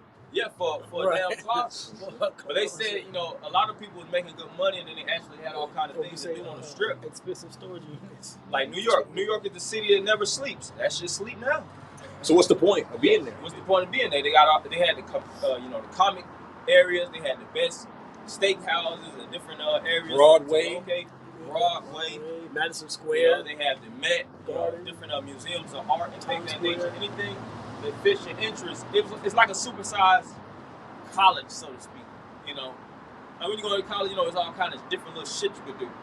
That's why New York State is very liberal. It's probably the most liberal state, low key. But it's broken down. Yeah. And people don't have shit to do. They're stuck in basically medieval times. How they feel, but with a damn cell phone, man. They can't do nothing but actually deal off of pure wits in the spirit, because they're not being entertained by nothing by this like that anymore. Yeah. So majority of people want to leave their goddamn states in the different cities, man. That's part of the breakdown of America. But they also said the 1%, top 1% in New York pay like 45% of the United States taxes. Yeah. That's damn near half of the taxes in one state of the top 1%. So, and you see New York being broke down, that's going to be one of the first places that's going to actually get that vaccine. It's the Empire State. And you see Cuomo going to push that vaccine, man. To add to your point, you see the Toronto Raptors. They're the only NBA team in Canada. But in when they start this new season in the next few weeks, the whole team got to move to South. They moving to Florida. They're the Toronto Raptors. They got to be. But they're going to be, because they can't cross, and teams can't cross. They're not letting teams come to Canada to play against them, and they're not going to let them leave Canada to come play in America. Right. So they're like the Toronto Raptors in Tampa. See? Yeah. Are they not going to do a bubble? Well, I mean, the season is going to open up, but them because of the country, like the brother saying, with the stipulations, they can't just travel. That's another country team. Yeah, and the thing is, what if they want to travel? What if they want to do that? They ain't gonna allow them to. You see, they some of the first ones that actually get real, because they're gladiators. You see how Esau putting the chains back on these gladiators? They ain't got no choice. They already had the chains on them, but you see through the tongue, man, they tightening them tighter and tighter. nigga, you can't do this. You can't bring women in your certain you know, in family, the gotta bubble be or whatnot. authorized. You can't do certain things, and we're gonna fine you. Oh, they had a team that didn't wear the face masks. They got fined like a man. They got fined so much goddamn money, man. The coach got fined. I think it was like $100,000 for the coach. It was something like that. It was some Crazy. if not more. Yeah. They fined the It shit. probably That been all million for of the them whole team. individually got fined. They didn't get fined over $30 per person. Hell. Yeah, nah. No, they don't get our Fine. fine. Your ass $80,000 for not wearing a mask. This ain't slavery, bro. What is? Who enlarges his desire as hell, and is as death, and cannot be satisfied. So even that you know, the face mask is really being made mandatory. That's even a trial run. I can't go to work without a face mask. If I say, man, fuck that, I ain't Really, the working. face mask. I'm working without the mask today, and I just go in. Mm-hmm. They ain't gonna allow that shit to happen. What the hell you doing? Skirt. They make you sign some bullshit papers. They're like, Yeah. well, you know you signed your rights off, so we have the right to fire your ass. Yeah. Right. But it's like it's not a federal law to where it's mandatory, but you can be required mandatorily by your job to wear that damn mask. Mandatory like by the gym. Yep. And these gonna be the same places where they gonna actually mandatorily make you get that vaccine, man. Mm-hmm. But when Sleepy Joe, Creepy Joe get in the office, oh, he gonna mandate all this stuff. He made that shit. He coming in mandating everything. He gonna, like you said, Yeah, right like, now the mask is voluntary to a certain extent, and this, that, and the third. But come January 20th, for sure, he gonna mandate it. You probably gotta wear your mask in the house, man. You gotta go to sleep. You gotta go to sleep with that shit. Take a shower. Watch your ass all day, man. They gotta have tracker masks, man. Yep. They feel you taking that Like, money. the chip Pull ain't You gotta get used to them wearing that mask. in the bag. Like the fucking air toxin now. See. And then they put guys scanned it, and they had the RFID in those masks. Those nurse See hospitals. that? They doing that now. See? Oh yeah. It's the devil, man. And that goes back to the Thessalonians, where it What if I basically swallow this? speaks about him trying to be God. They already got chips on it. If you really want to be technical, all of us already got the chip. Yeah. It ain't in us. Right, it's in our phone. That's the last part. Yeah, we got I was telling my rib that the other day. I'm like, that's the last part, is to tie us into all this shit in the house. Tie you into your game system. Tie you into the lights. Refrigerator. Everything you gonna be tied in. Your wallet. Everything. The only thing left is to apply us to the system. But that's a little too far-fetched. You know what? That sounds kind of outlandish. Shit. That's how a lot of these guys be coming. You know what? That's fucking preposterous, man. Yeah, I was talking. How they gonna put all that information on a chip? Right. Right. They ain't got the that shit technology, on. man. Hey, They can't put all that information on one chip, man. You know about computers, if man. it was 200, 300 years ago, it'd be like, you know, we was in the 1800s, and they say, you know what? It's gonna be a time where they gotta actually have devices that we gonna be able to call each other from one side of the world and the next, and I can do a video call. They gonna be looking at you like, man, what the fuck you talking What the about? fuck is video? Like, yo, where you learning this shit from? They'll call you a witch. They'll call you a witch or a warlock, bro. They gonna burn your ass at the stake, saying all this crazy shit. But we in those times.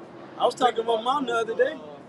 SIM chips that you put in your phone, they used to be 1 gigabyte, 2 gigabyte, and it was like 6, and they went up to like 32, and they're like 120. The same size chip. Same size chip. Now, but shit, right, same size chip, but it gets bigger memory. You know, I was talking to my mom the other day. She was like, "Look, by next year we might have the chip." That's what she said. She was like, they're gonna put the vaccine and they're gonna put the chip. Hey. So people know, man. They People know. know. They know what's going on. You might as well come on with it. Majority of these assholes that don't pay attention. So I got something for you. Israel This is Daniel 12:4, and it says, "But thou, O Daniel, shut up the words and seal the book, even to the time of the end, and many shall run to and fro, and knowledge shall be increased." Yeah, knowledge shall increase. When you actually go into science deals with knowledge, and the knowledge of technology. That's one of the major things that's actually taking place on the face of the earth, is the rat race for innovativeness, so to speak. And you got a lot of people taking the chip now. Yeah, individuals. I seen scores of videos. Well, I ain't gonna say that many. Dozens of videos of people basically taking a chip, and they'll show you how it actually works within the body. You know, whether they're opening doors or actually going within the house or actually opening certain things within their You know, like I said, the household and things of that nature. You know, Elon that's Musk the chip. And it's not. And those are just a couple of videos of people that got the chip. How many people actually got the chip that's actually registered to having that chip in them? Well, You know, we don't have the documents of that. How many people have the RFID chip now? You know, But they've been chipping people for 20 like damn near 20 years. Yeah. So, like how you said, it's like it's probably hundreds of thousands of people, if not more than that, in America alone that's probably chipped up. Yeah. See, we live on such the bottom of the like. We be so stuck in this life of being at the bottom that there's worlds and layers to this shit. Yeah. It's people that are moving through buildings and through airports. Hey, we did a lesson. Me and the bishop did a lesson where we went to the international airport. What was that, like 2 years ago? Yeah, 2 years ago. Yeah. Where they introduced biometric technology, where you could just walk up to your the little screen, and you don't got to type nothing. You just walk up like, oh, okay, you're such and such. You got a flight today. Hey, well, I did a video, and I mentioned that because they're doing it now in Dubai. You know, in the Emirates, they're doing it over there, but that's because they already did it over here, and they're putting that same technology over there. And then I did a video earlier where it says in Australia, they say basically 40 to 45% of the young to old age group want the chip. Over 17% of Australians actually want a payment chip in their hand. Yeah, I did a lesson on that too. A lot of people want that chip. I I did the same lesson on that, and they actually had a poll of people who would like to actually get microchips in them. A lot of people want that chip, man. These techno freaks, that technology world is fucking humongous, man. There's gonna be a lot of these gamers. They want that next wave chip. I was talking to Jake about that VR. We're gonna get back to the scriptures, but he was like, you know, he was a big gamer on my job. And he was like, man, fuck that virtual reality shit, putting that shit on my face. He's like, man, I'm trying to be inside of it, man. Like they want that shit to skip to Jay. If Jay could actually have the PS10 come out, damn, next week, wow. they want that shit to come out, man. They want to go to the most extreme. That chip gonna have a lot of benefits on the left hand side. They don't want the PlayStation, they want the people station. Yeah. Through the spirit. Just put a disclaimer on this, but the chip makes all the sense in the world. Yeah. That's why it's the biggest deceptive thing in the world that's going to be presented, because it makes so much sense. That's the temptation of it. It literally makes all the sense moving forward in life to take a chip. Like you said, but you're speaking on the gamers, but really, what element of life could not a chip help people in some way, shape, or form? Yeah. That's how they're going to push. Like you said, it's going to be a while before they get to the people like, where's your chip? You got to cut your fucking head off because you don't got a chip. Bro, these people going to take that shit. They're going to want it, man. Together, the chip going to be like a phone. Together unto him all nations, and heap it unto him all people. Yeah, so when you heap, to heap something on a truck, you know, or heap, that's something that's gathered up. And he gathered all nations in what? This great melting pot, the USA, the United States of America. And this is a form of like United Nations, man. Babylon, Babylon. When you deal with the Tower of Babel, you see all those different nations. They got together basically to build that tower, and the Most High started to confound the language. This place is basically a melting pot, man. Chinese, Japanese. You go to the Arabic lands, it's predominantly Arabic. You go to Ethiopia, it's predominantly Ethiopian. Well, a lot of them been invaded by the white man, so they'll, mix, so to speak. But those certain lands, they're predominantly that nation. Yeah. Here in America, this is the area mixing, man. The melting pot. The melting pot. And he brought all these people here, and he's gonna try to chip them, man. That's fucking one of the main plans of Esau that he's working towards. And he's already done the psychological reprogramming, the breaking down, the forms, different waves of control. There's nothing to him at this point to actually, push this chip. And even this vaccine that's going to be mandatorily pushed in certain states. Certain states going to make it mandatory, man. Some of them might be a little bit more lenient. They'll press the gas a little. But that's the thing with the United States. Even though they're all united, and they know that it can't be a state that says my state is not going to push this vaccine. They all have to push the vaccine, but they're going to actually go off of how they course it. Different governors push shit differently. you got different governors that have different viewpoints on their states and how they ought to push stuff, man. And some gonna push it down their fucking throat. Some gonna succeed. A lot of states that's gonna start applying that pressure on these different, like you said, these are really countries. Like we live in a country of Georgia. Yeah, you gotta really look at the states of America like countries, and you live in your own country. And when they united, it should be the United Countries of America. Right, that throws off people. So like how you saying, if Florida says, yeah, everybody got to get vaccinated, what's gonna happen? These people gonna flood from Florida to Georgia, and that's why you're gonna get them shutting down these borders and saying like, y'all can't even come in. Well, Biden said too, when it came down to making things mandatory, he said we probably won't be able to do it, but I'm gonna go to all the governors, I'm gonna go to the mayors, I'm gonna go to these city councils, because he understands how the system works. Well, if we can't do it on the national level, we can influence these different separate states, these separate countries, municipalities, to do it. And another way they're gonna actually make it mandatory, because if the people actually take vaccines and other people, are still sick, they're still liable of getting other people sick too. So they're gonna be like, all right, well, we're gonna have to have everybody take the vaccine for this to work. Yeah. Because how you gonna take a vaccine and somebody else ain't taking a vaccine and he's sick around, they're liable to getting you sick, and you might get re-sick. They're looking at it like a spreader. Yeah, you're looking at you like a spreader. And then you're gonna actually have these different things that's actually gonna show, all right, he doesn't have the vaccine, or he has the vaccine, he doesn't have the vaccine. That's the way that Esau's gonna control you through what? Because they're using the phone as a track and trace program. That's what people say about kids. They actually have that track and trace program. They actually track you, on the phone. They know who they're gonna keep up. injure your kid vaccinated. This is 2 Corinthians 2 verse 11. And you Jake's just playing right into the devil's hand. This is 2 Corinthians 2 verse 11. Lest Satan should get an advantage of us, for we are not ignorant of his devices. Yeah, we're not ignorant of his devices. We don't ignore the facts. You Jakes don't even apply the facts, let alone actually acknowledge the facts and act upon it. They just look at it, like this is a vaccine, this is just some bad times we live in. A lot of them just like, fuck it, let's just live until the point of, this shit really going down. Because we all gonna have to, and most people go off of what's known as a herd mentality. All right, I'm gonna take the chip and my mom gonna take the chip. Well, I'm gonna see what my brother gonna do. Shit, if they got a chip, I gotta get back to college. I gotta do this, I gotta do that. So I'm just gonna go off of the course of the world. But what does the scripture says in Romans 12? Be not conformed with the world, but be transformed. You get that?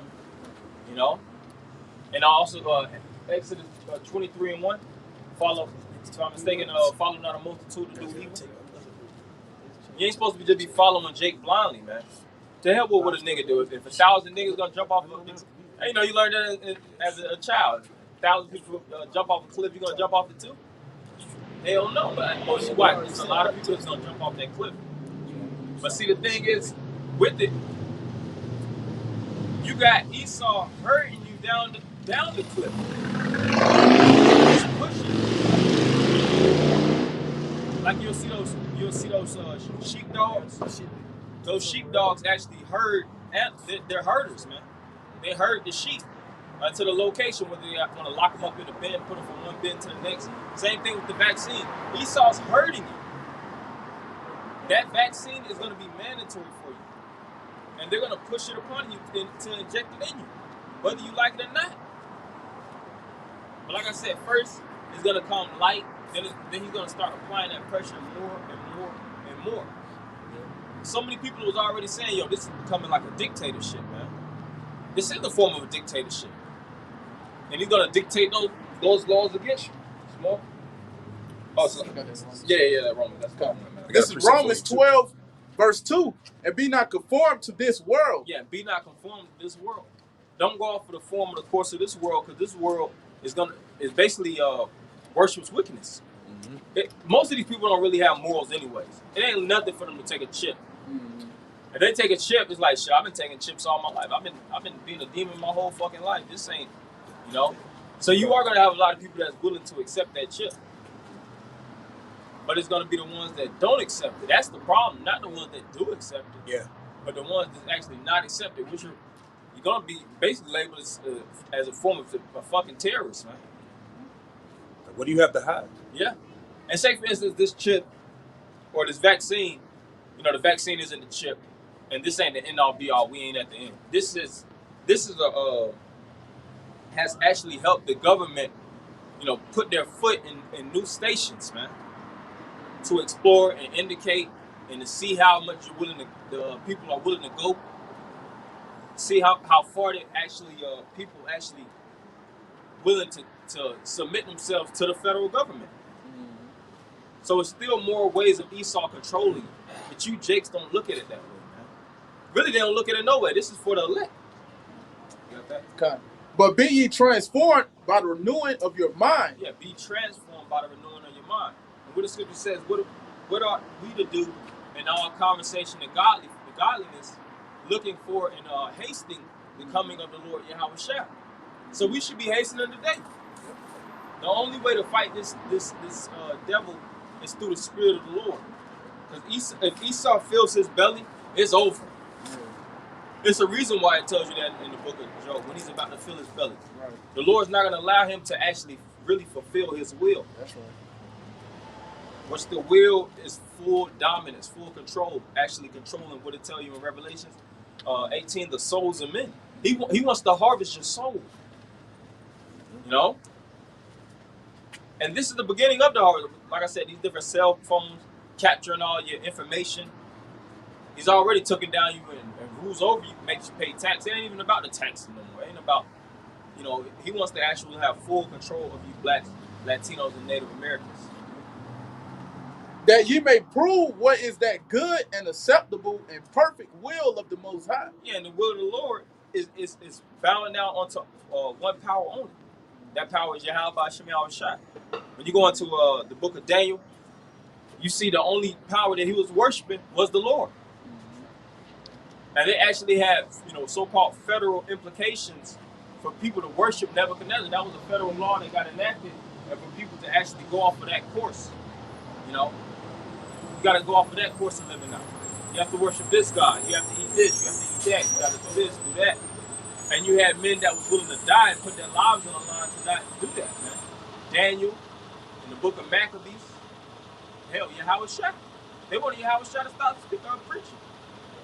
Acts the 5th chapter, they basically said, shut up the name, man. Don't preach no more in his name. And they got their asses whooped. And it said they were rejoicing after the ass whooping because what? They basically stood for the name of Yahweh Shai. And they kept preaching it after. Then it got to the point where what? More and harsher legislation and judgments got passed to the point where, what's that in Acts? Where it speaks about James and I think John getting crucified. And then Augustus Caesar, he basically said that all the Jews would be removed from Rome. I think that's Acts the 12th chapter. So it started to get tough on the Israelites, man. And a lot of them started to die. But guess what? They put their lives on the line. They knew that's what it took. And it was better for them to, you know, through their spirit, they felt like it was better to die than to actually submit to the powers that be. And you think we shouldn't come in that spirit alone? You got that? Or you got some more on that? That was it. I wanted to read this in Acts 12, matter of fact. So let's start at the top. This is Acts chapter 12, verse 1. Now, about the time Herod the king stretched forth his hand to vex certain of the church. Which is what? That was the Herodian rule, and you had the Herodian government. And that government was vicious upon the blacks, Latinos, well, really the Latin tribes was on the other side of the earth. But you blacks, you so-called Jamaicans, Haitians, and Negroes, man. As well as whoever actually stayed there at the time. Because there was other nations that actually lived amongst us too. You know? It wasn't just, okay, it's Judah, and then it's Edom. You had other nations that was in the midst too. Keep going. And he killed James, the brother of John, with the sword. And he killed James, the brother of John, with the sword. That was a basically law, more than likely got passed, or he might not even have had to pass a law. Well, matter of fact, when you go into it, they started to kick the Jews out, then they started to have legislations, and then they would actually have these assembly meetings like today. You have these different meetings that take place in America before they execute anything. And then they'll actually be granted the rights to actually do so. And you see with him, who was the first person he want to take down? An Israelite, man. Same thing with John the Baptist. You know, I think what was it? One of the it might have been the Herod, man. It was a hero. Yep. And they basically killed John the Baptist. That's why I said that was a very vicious line, man. And it's the same thing now. These devils want you blacks, Latinos, especially the ones that's teaching this truth, America will to get be killed. destroyed by fire. Destroyed. And because he saw it pleased the Jews. And he saw it pleased the Jews. So the Israelites actually were. Don't worry about it. See, that's just a devil. Yeah, devil in America. You know, what he's protected by his citizenship. He's protected by the government. You know, so we got to be citizens. But if this was like, you know, a whole nother world, he know he wouldn't do that shit. Like he walking through the ghetto and fucking some shit like that. He'd get his fucking ass fucking head bust, man. It's like my dad will sue you. Yeah, fuck out of here, man. But then they'll say, yeah, we got black friends, da da da da. He's been talking shit. You know, that's just how these devils do. That's why you got to look at his buddy. Fire. Yeah. Just to get some, attention. He sounds like a bitch. Whatever. Yeah, that's the pride of Esau. Yeah. He proceeded further to take Peter also.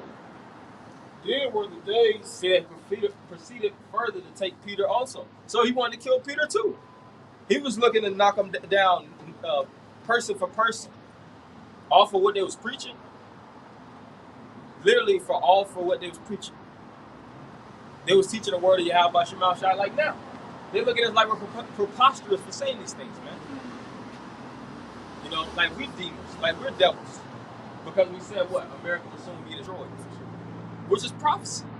It ain't like we just saying this out of any, anywhere. We actually have evidence in the book that actually foretold America actually being established.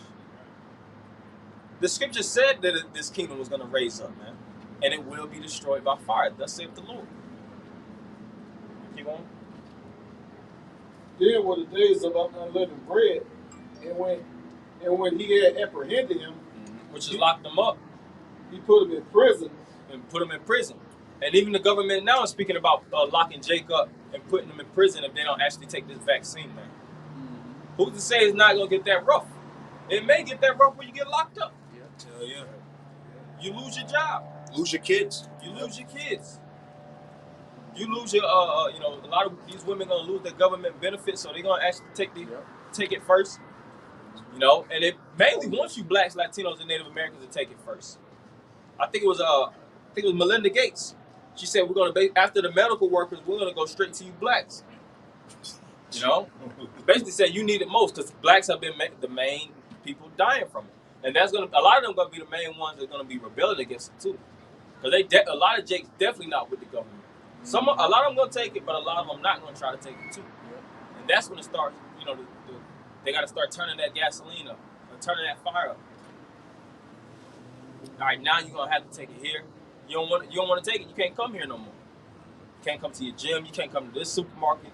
Why you gonna start coming to the point like, damn, we can't go to this supermarket, this supermarket? It's already talking about a scarcity of food. You know, and if food is scarce, and if you ain't got that vaccine to come in, you know, they gonna start getting rough like that. You ain't got the vaccine, you can't come in.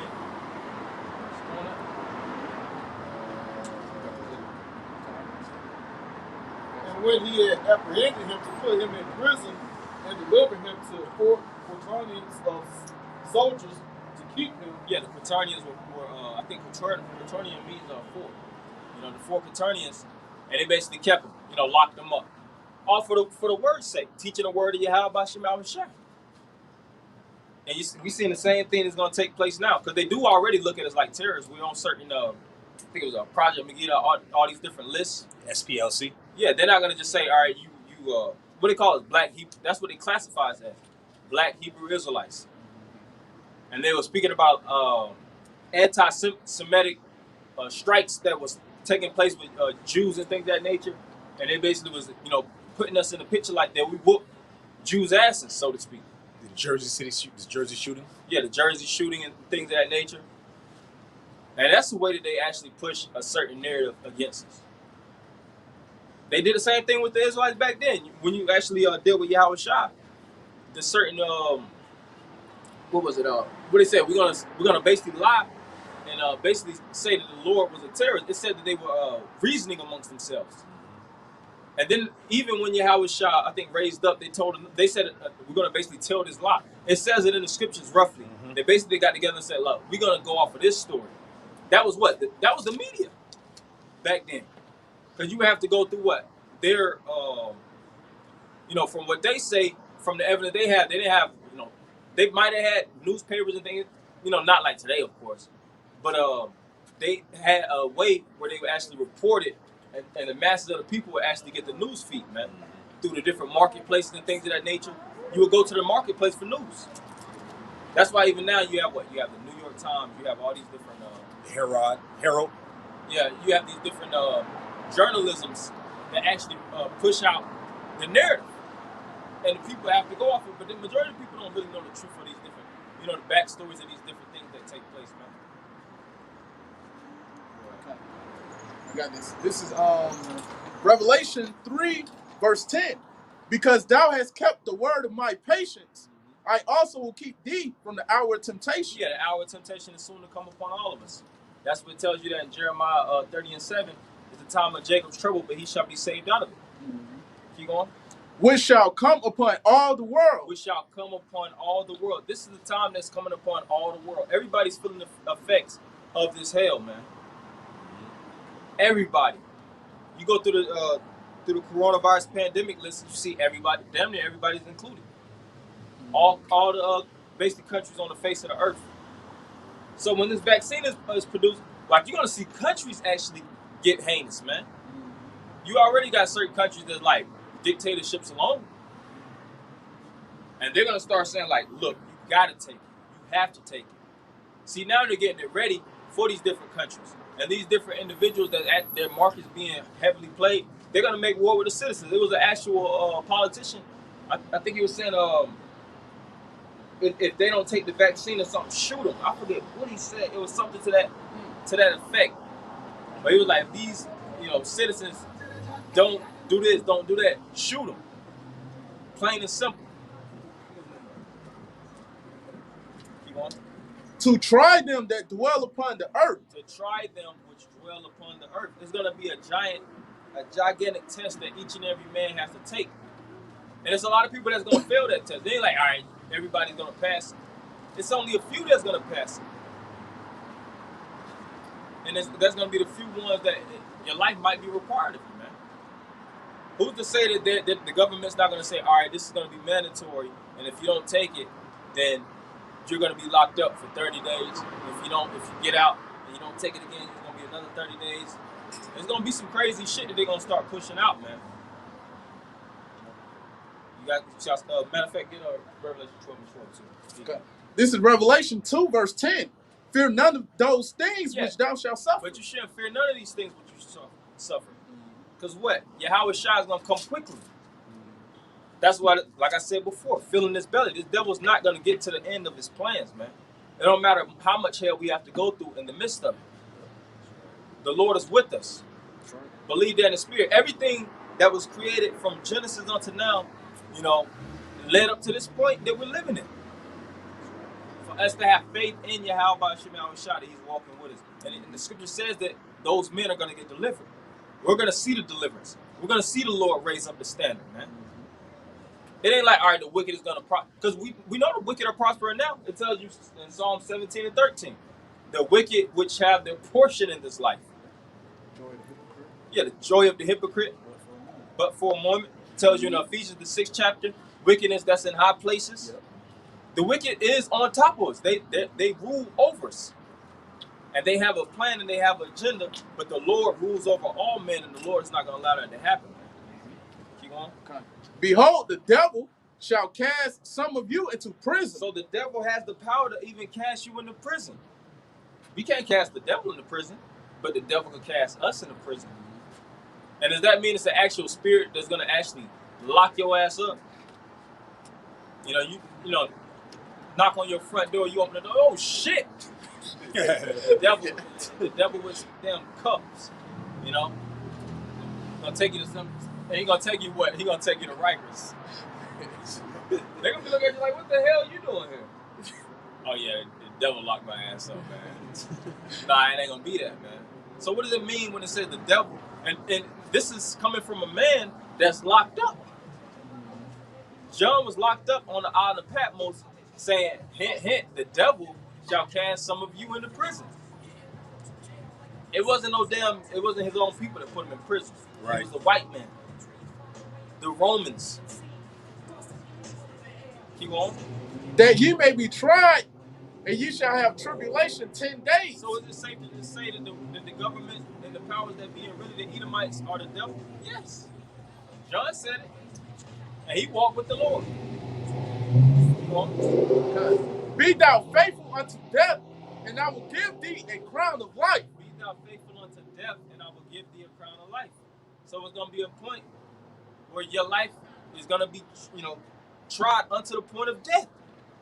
What's that? Sirach 4:29. Strive for the truth unto death, and the Lord shall fight for thee. That's right. He's going to fight for us. He's going to fight with us. We're going to actually see the fight take place within our front door, man. But it starts with us standing up and raising up and fighting against it. That's right. This is a part of it. You watch these different movies and things of that nature, and you'll see how everybody's going to follow the course. And then you'll see like that, those few good, they have the main characters. The few individuals that's willing to fight against it. Not a lot of them, just a few of them. And those few are in the know. A good show that actually shows you that is like Stranger Things. They have the little kids and whatnot. And they'll see it's all kind of wickedness that's going on in the government and all kind of witchcraft and so. But everybody ain't saying that shit, man. You can't go outside of their group and go to the common person and actually, ask them about it. They're like, what the fuck are you talking about? That's why his little sister in the second season, remember? At first she was like, this guy's bugged out. Or the new girl, the redhead girl, she was like, what the hell are you guys talking about? Until it came face forward to it. Yeah. And like you said, Jake is gonna see this evil place for what it is, right in your face. And the elect's the only one that's gonna have that standard. Yeah, because what the scripture says, anoint thy eyes with eye salve that thou mayest see. Mm-hmm. So the anointing comes through this word, through the eye salve, which is also this word, for us to see things how it truly is. Mm-hmm. And what prophets were known as what? Visionaries. Seers. Or seers. They had the clear vision. The scripture says, write the vision and make it plain upon tables. So when they actually seen the vision, which was afar off, something seen thousands of years in the future to these events that's going on now. Right. They seen all the way in the future. They saw us teaching. And they said, all right, I got to write this down and I got to make it as plain as possible. As I can't tell you each and every kingdom, all right, this is going to be this people. This is the name of that man. This is the name of that man. This is that. They're seeing technology thousands of years in the future. Missiles. So they have to actually call it this. I got to call it arrow because it actually shoots. I seen a projection. People should be able to, through the spirit, the prophets, the ones that actually, they're going to get hit to it in latter times, so to speak. So I got to write it in this text. They would have scribes, and then some of them, they would put it in like so-called papyruses or books, Well, now it's books, but back then they would actually have it in scrolls, and then they had compiled scrolls, which you have Bible. Bible goes into what? Biblios, which means collection of books. And it's composed law, statutes, commandments, prophecies, history, science, wisdom, the virtues of man, healings, and how to and salvation. And all these things are faithful and true. There's not one thing in the scriptures that, that ain't right. That ain't correct. This didn't happen in history. Everything in the scriptures already happened. So why not believe that these other things are gonna happen and the Lord said that we're gonna be delivered through it? Not believe that, man.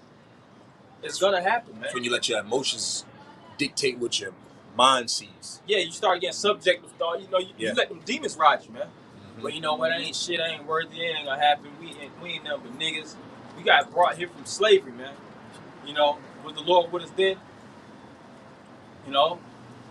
That's what a lot of jakes believe. But you gotta really believe the Lord is with you. That's why we're the only camp, and we say this humbly, but we're the only camp I mean, unless a camp wants to prove me wrong, but we're the only camp that pushes, like, we don't push guns and we don't push that. Now, if brothers decide to buy the behind scenes on them, that's on them, but we don't push that as a point. hell no. These other camps, they literally, remember it was a Sakari, I think there was a Sakari camp in Phoenix. Like, man, David shot Goliath, bro. Right. He had a pistol. Slingshot with a pistol type. First off, those men were at war. Quote on. First off, that if you're dealing with, they're in the midst of war. That's different. Yeah, you can have a gun if you're in the military. Right. But are you part of the military? Right. This Jake talking like he's in a fucking U.S. Marines or something like that. Right. And it'd be one thing if you're justifying killing a man at war and making that statement. Those are men that's at war. These ain't damn citizens that's actually just toting guns. Right. Then Yahushua, if that was the case, Yahushua would have been cool with Peter slicing the Roman centurion's ear off. Malchus, what's his name? He should have said, yo, chop his ass up. Or hit his ass, hit with it again. Hell yeah. Matter of fact, give me that, Peter. Man, give me that. So let me show you how to use Show you how to do Show you how to use this, disciples.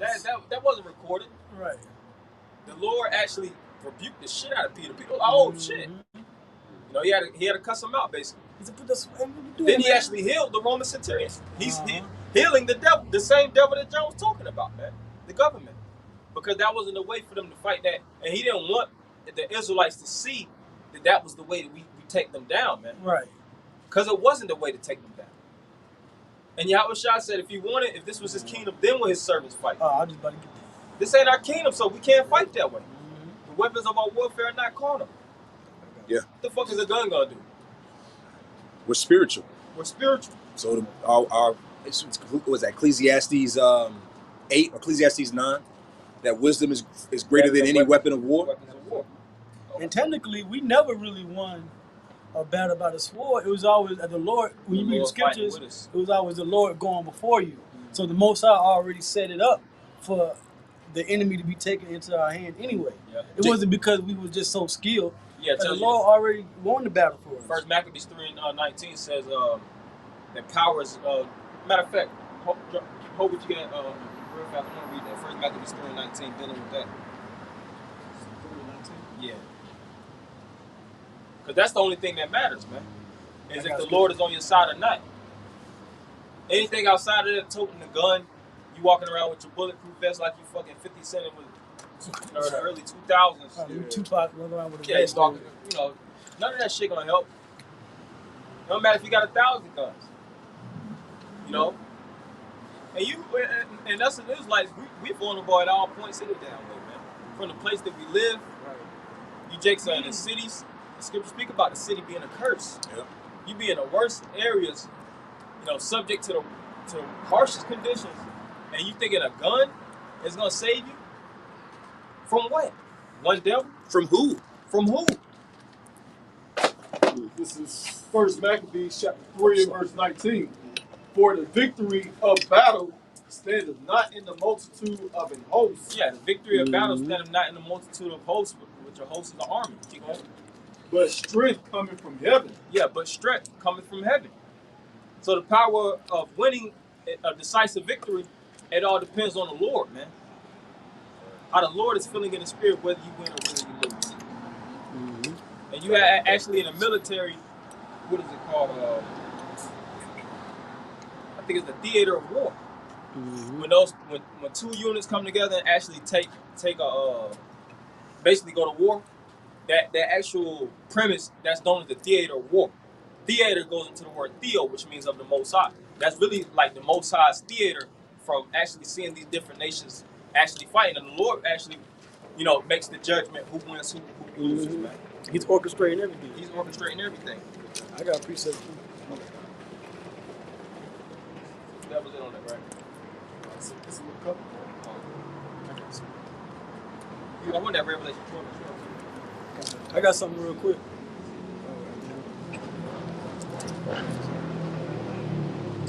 I got that. Go ahead, Read that Revelation 12. This is Revelation 12, verse 12. Therefore rejoice, ye heavens, and ye that dwell in them. Woe to the inhabitants of the earth and of the sea. Yeah, woe to the inhabitants of the earth and of the sea, which represents the people. Keep going. For the devil is come down unto you, having great wrath. Yeah, that's the same devil that he was speaking about earlier. The devil shall come down unto you, having great wrath. And like I said, if you go to your pastors or whatnot, they ain't gonna know what the hell this means. It said the devil shall cast us in prison, the devil gonna come down with great wrath. Yo, who the hell is the devil? And he's saying that like he could visibly see him, you're gonna visibly be apprehended by him. He's gonna come down upon you physically. It's the government, man. These government leaders, these powers, the powers that be. The military Demands forces. through the Yeah, the military. man.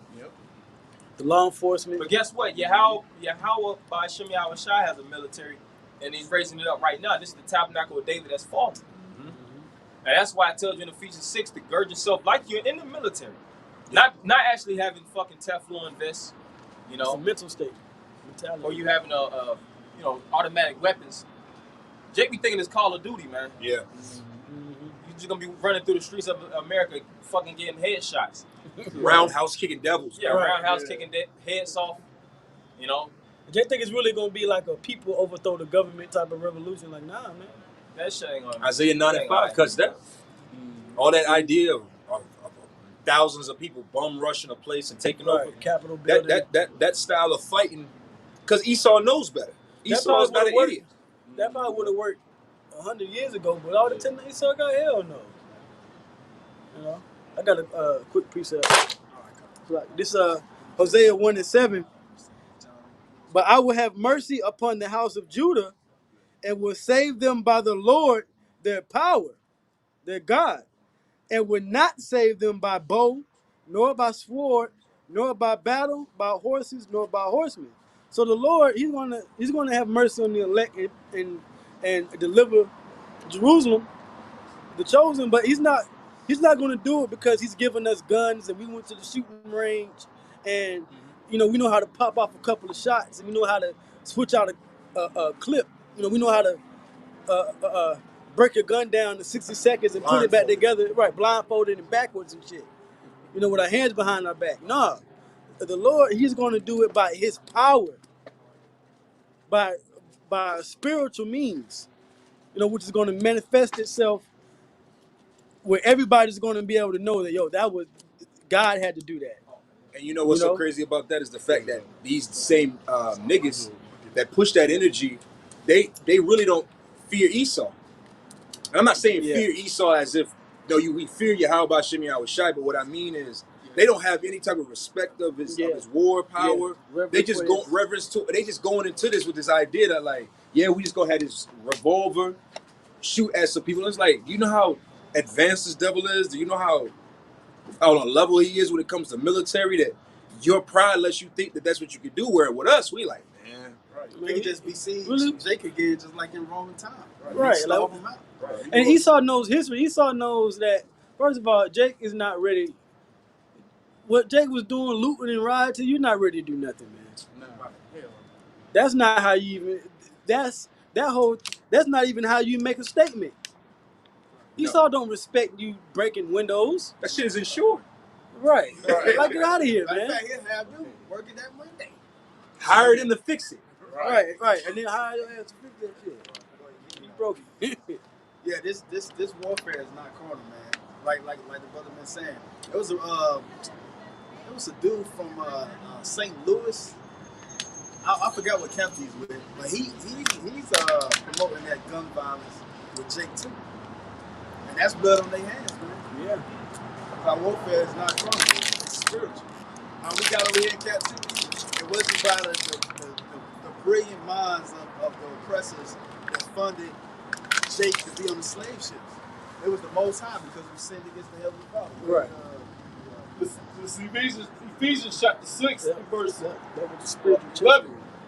Put on the whole armor of Yahweh that ye be. You started 10. That ye may be.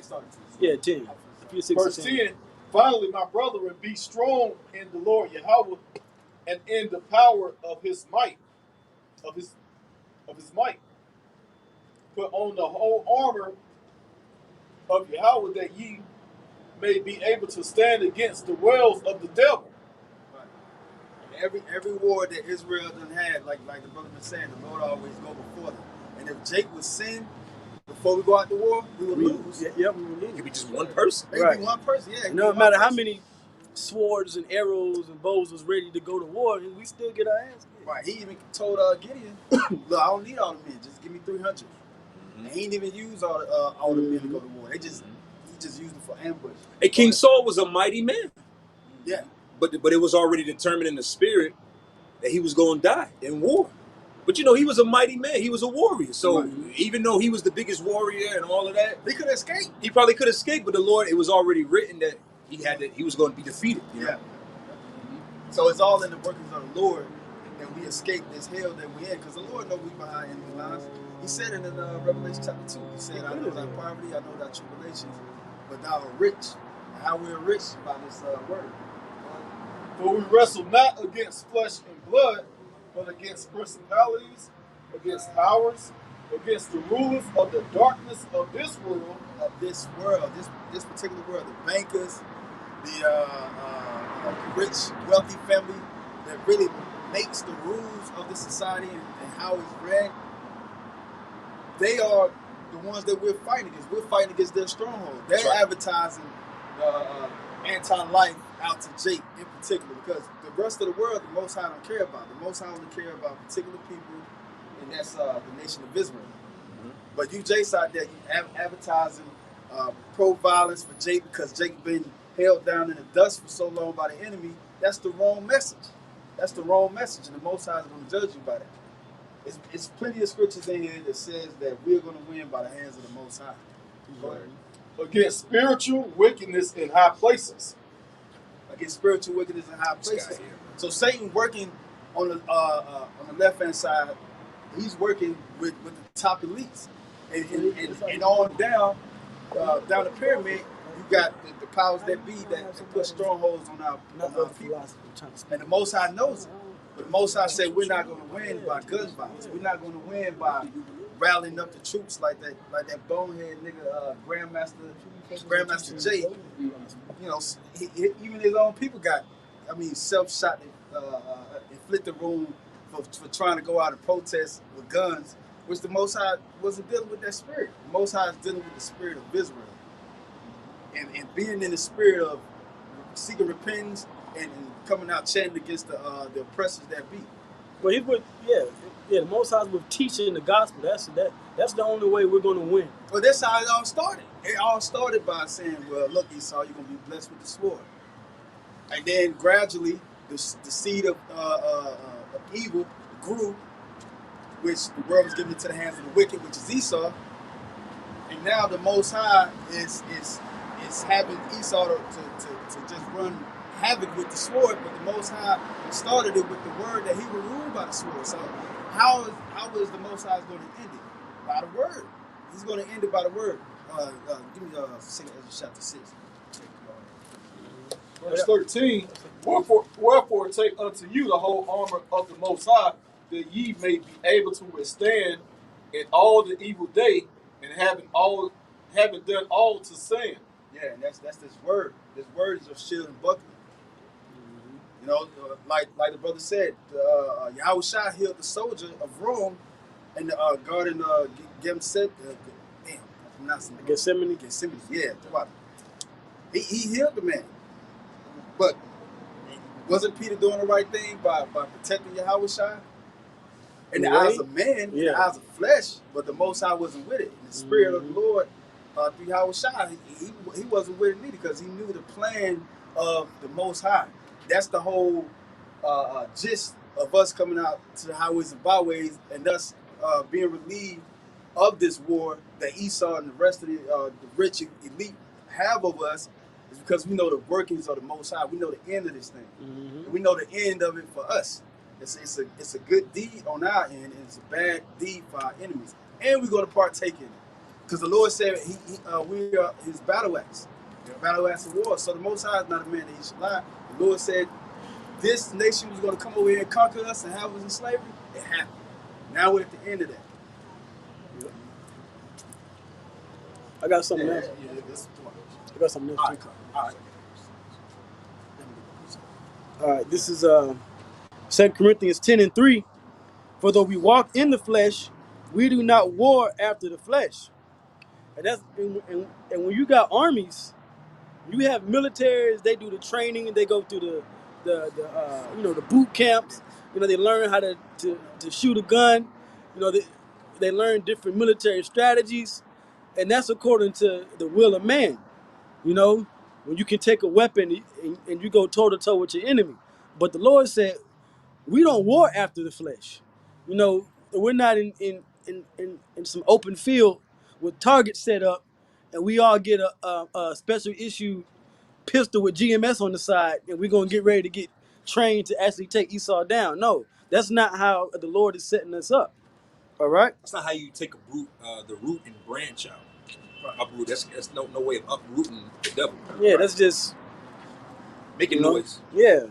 So this is verse 4. It says, "For the weapons of our warfare are not carnal, but mighty through the Most High to the pulling down of strongholds, casting down imaginations, and every high thing that exalted itself against the knowledge of the Most High." So our weapon is in the knowledge of the Lord, and us casting down what this world pushes out as truth.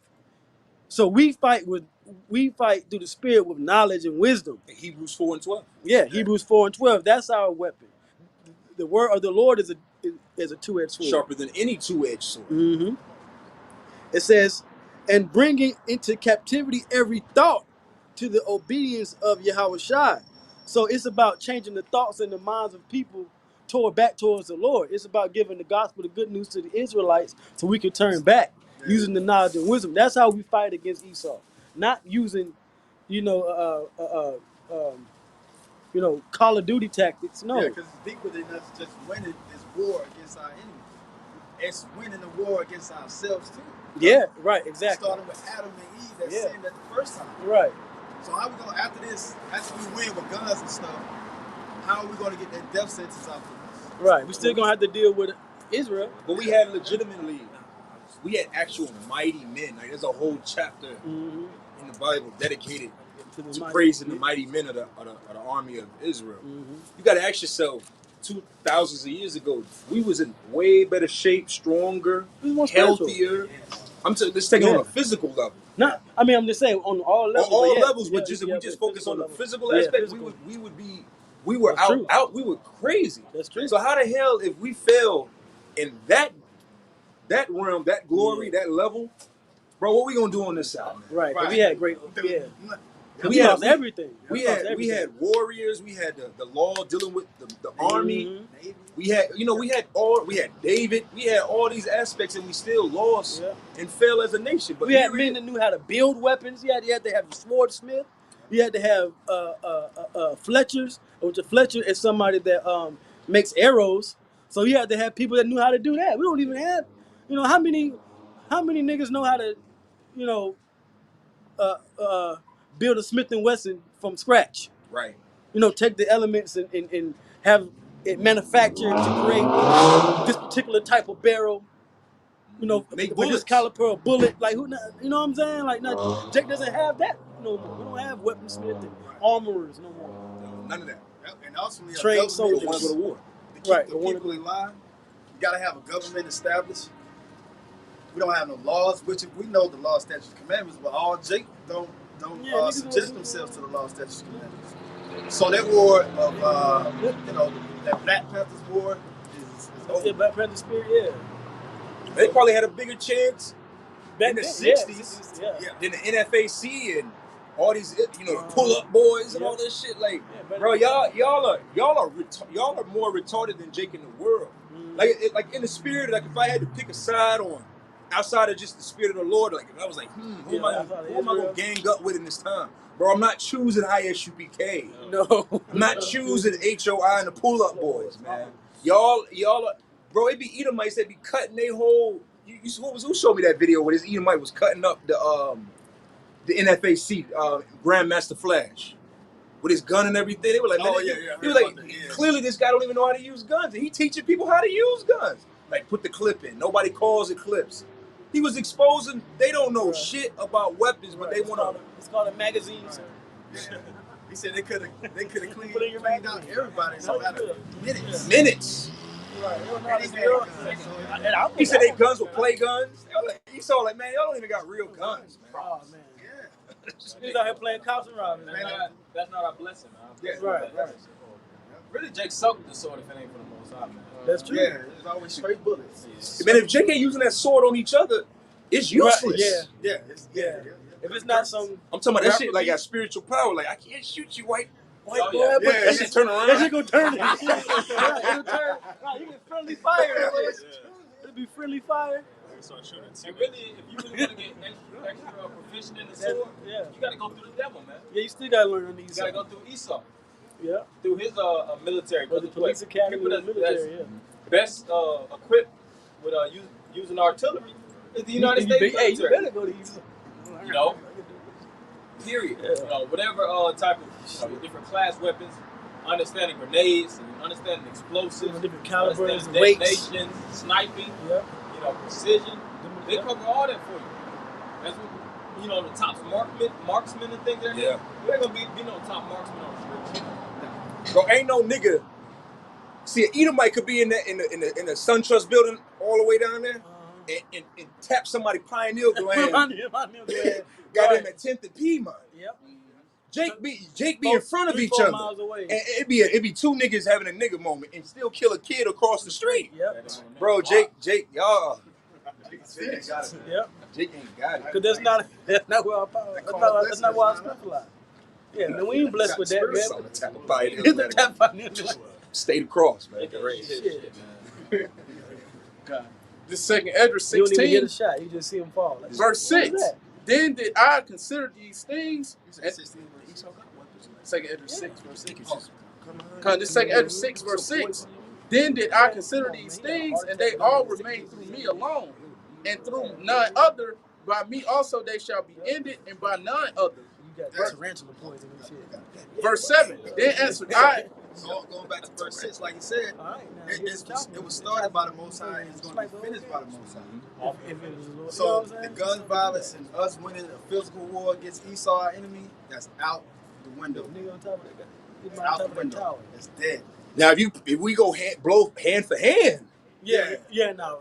I mean, Martial arts, that's yeah, different. pound for pound, if you lined up all of Jake and lined up all of Esau, like, oh, we got a tough guy for your tough guy. And Right. you put an Edomite, like if you put an Edomite his size in front of him or Edomite in my size, my build, oh, we whooping ass hand to hand. But right, this ain't Esau know that. Yeah, Esau going to court today. Let's go 50 cups. Esau not gonna go 50 cups with Jake. Shoot, Because our power is a natural power. We can use our body, we're naturally stronger. That's where our power lies. And using the spirit of the Lord to enhance us. Yeah. But using outside weapons, we wasn't given that blessing. Right. It's no mission unless the Lord tell us to, take these people out the land because they've been polluted by transgressing the laws. Yeah. Well, really, outside weapons are carnal too. You know, the Lord is not a carnal power. It's the invisible power. You got to really believe through the Spirit. Because you know, Jake knew that they won wars through the Spirit of the Lord because they was always the underdog. You know, if they had, superb expertise, so to speak, all of them were, above, and they had a bigger military. They could always say, we had a bigger military, we had better technology, we had better militarized tactics. That's the way that we won that war. Right. Now the Lord, where does the credit of the Lord come in? Mm-hmm. Right. That's why it says in Deuteronomy 7 chapter, when you fight nations that's greater than you, the different Zidonians and different Hamites, the Girgashites, the Perizzites, Seven nations greater than thou. 7 nations greater than thou, know that the Lord is basically with you. You got it.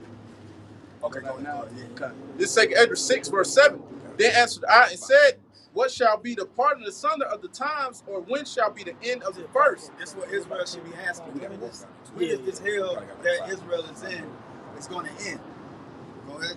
And the beginning of it that followeth, verse 8. And he said, what's after the destruction of our enemy that the prophet has been prophesying in the scriptures? Verse 8. And he said unto me, from Abraham unto Isaac, when Jacob and Esau were born of him, Jacob's hand held first the heel of Esau. Verse 9. For Esau is the end of the world, and Jacob is the beginning of it that followeth. Going back to that blessing in Genesis chapter 27.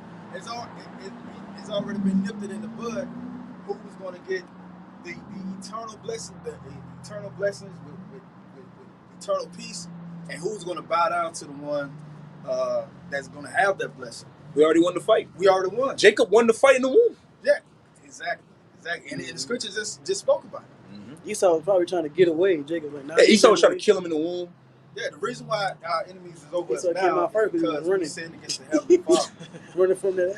All the other nations were still well off without the Most High having to put a curse on the nations, just like he's doing right now. So, I mean, it's all according to the Most High plan that you really think about it. All going back all the way to Adam and Eve. And we cursed too. And we cursed. We cursed with the sentence of death. Yeah, we cursed. The scripture says, you shall hate your brother. Blacks hate the fuck out of blacks. Deuteronomy 28. Latinos hate Latinos. And they put that main focus on killing each other rather than fighting it. See, Esau's main focus ain't just killing you. Not all of them. You know, you have some that actually, you know, work in different departments. You got different departments of devils, man. You know, they shake the beehive up. yeah, but you got predominantly Jake. You know, Jake is under them curses. Them curses be riding the shit out of niggas, man. Yeah. Then they're subject onto this, you know, white supremacist system that actually helps further that. So Jake is just jacked up. Yeah, we finished from the curses. So we're not going to win with the war weapon. Oh, our woman is not with us. Scripture says that your wife, you know, her she shall be. Yeah, you know, and Lord the of the kids, Flies, Satan. our kids are cursed, cursed be the woman, cursed all these things. What that was? There's no way of actually raising up. Oh, it's probably A nation can't raise up under them. Instant smoke. 28 curses, man. But then he had to get away because he got too close. It's the curses are to keep a nation down, man. The Lord deliberately kept us down, and he cursed us. We took our powers away. No might in your hand. We like Thor, you know, in the movie Thor when he got his power taken away and got sent down to Earth. Yeah. Because it tells you that in the book of Jude. Yeah, the movie Thor was based on the scriptures too. Yeah, it was. Because the scripture says the angel that left their first estate, he fell from his first estate and was going to his brother Loki. Loki was actually blue. He actually was blue, which really goes into Jacob and Esau. Because they know they couldn't make him red. Right. Satan, right. Loki was Satan. Right. He's a god of mischief and trickery and shit, deception. That's Esau. I think that might be Norse mythology. I think. Yeah, because that movie on mythology. Netflix is called Ritual. And you remember that movie? And in the movie, the villain was this tree-looking thing, and it was like the bastardized son of Loki. Oh yeah, see, it's that Norse mythology. Yeah, I got paganism. I got something. I'll wrap it up. Okay, come. So this is Psalms 44:1. We have heard with our ears, our power. Our fathers have told us what work thou didst in their days, in the times of old. How thou didst drive out the heathen with thy hand and plantest them. How thou didst afflict the people and cast them out. For they got not the land in possession by their own sword, talking about the Israelites, neither did their own arm save them. But thy right hand and thine arm and the light of thy countenance, because thou hadst a favor unto them. Thou art my king, O Most High. Command deliverances for Jacob. Through thee will we push down our enemies. Through thy name will we tread them under that rise up against us. For I will not trust in my bow, neither shall my sword save me. That's how you know through the spirit. We gotta. I say this with all humility. I believe in the spirit that great millstone is those men, man. Because we're the only ones we don't trust in bow, we don't trust in arrow. We really want Yahweh Bashem Yahushai to deliver us. Nothing else. Nobody else is standing on that. Everybody's nation building. Everybody wants to establish themselves on the planet Earth. Everybody has an agenda that's outside of what you just read. Buy real estate. Get schools. Bro, in every we was talking about continent. last night. Brandon T. Jackson wants to create a currency. Right. Of fucking VC chips, man. Yep. Slaves. Virtual chips, man. That's when he did that interview with I didn't watch it. I'm not checking it out. Yeah, him with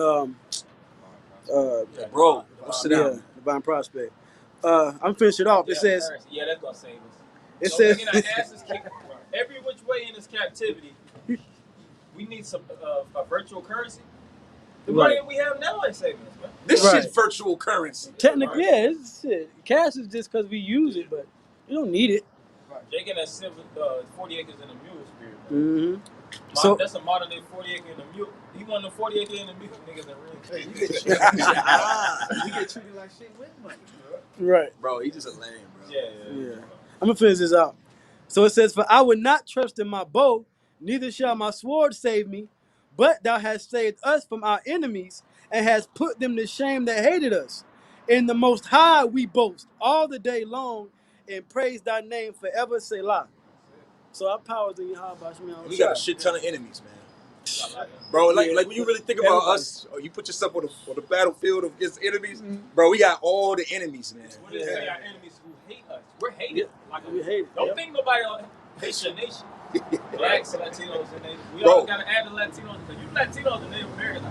Look, Native Americans are hated. It ain't like I always say. It's like a fucking genocide. Man, the Reds is left to rot, bro. You on the Reds, man. Our women hate the shit out of us. Our women hate, yeah. Our children hate the shit out of us. David said it best. My enemies are more than the hairs on my head. Shit, there's a shit ton of hairs. Right.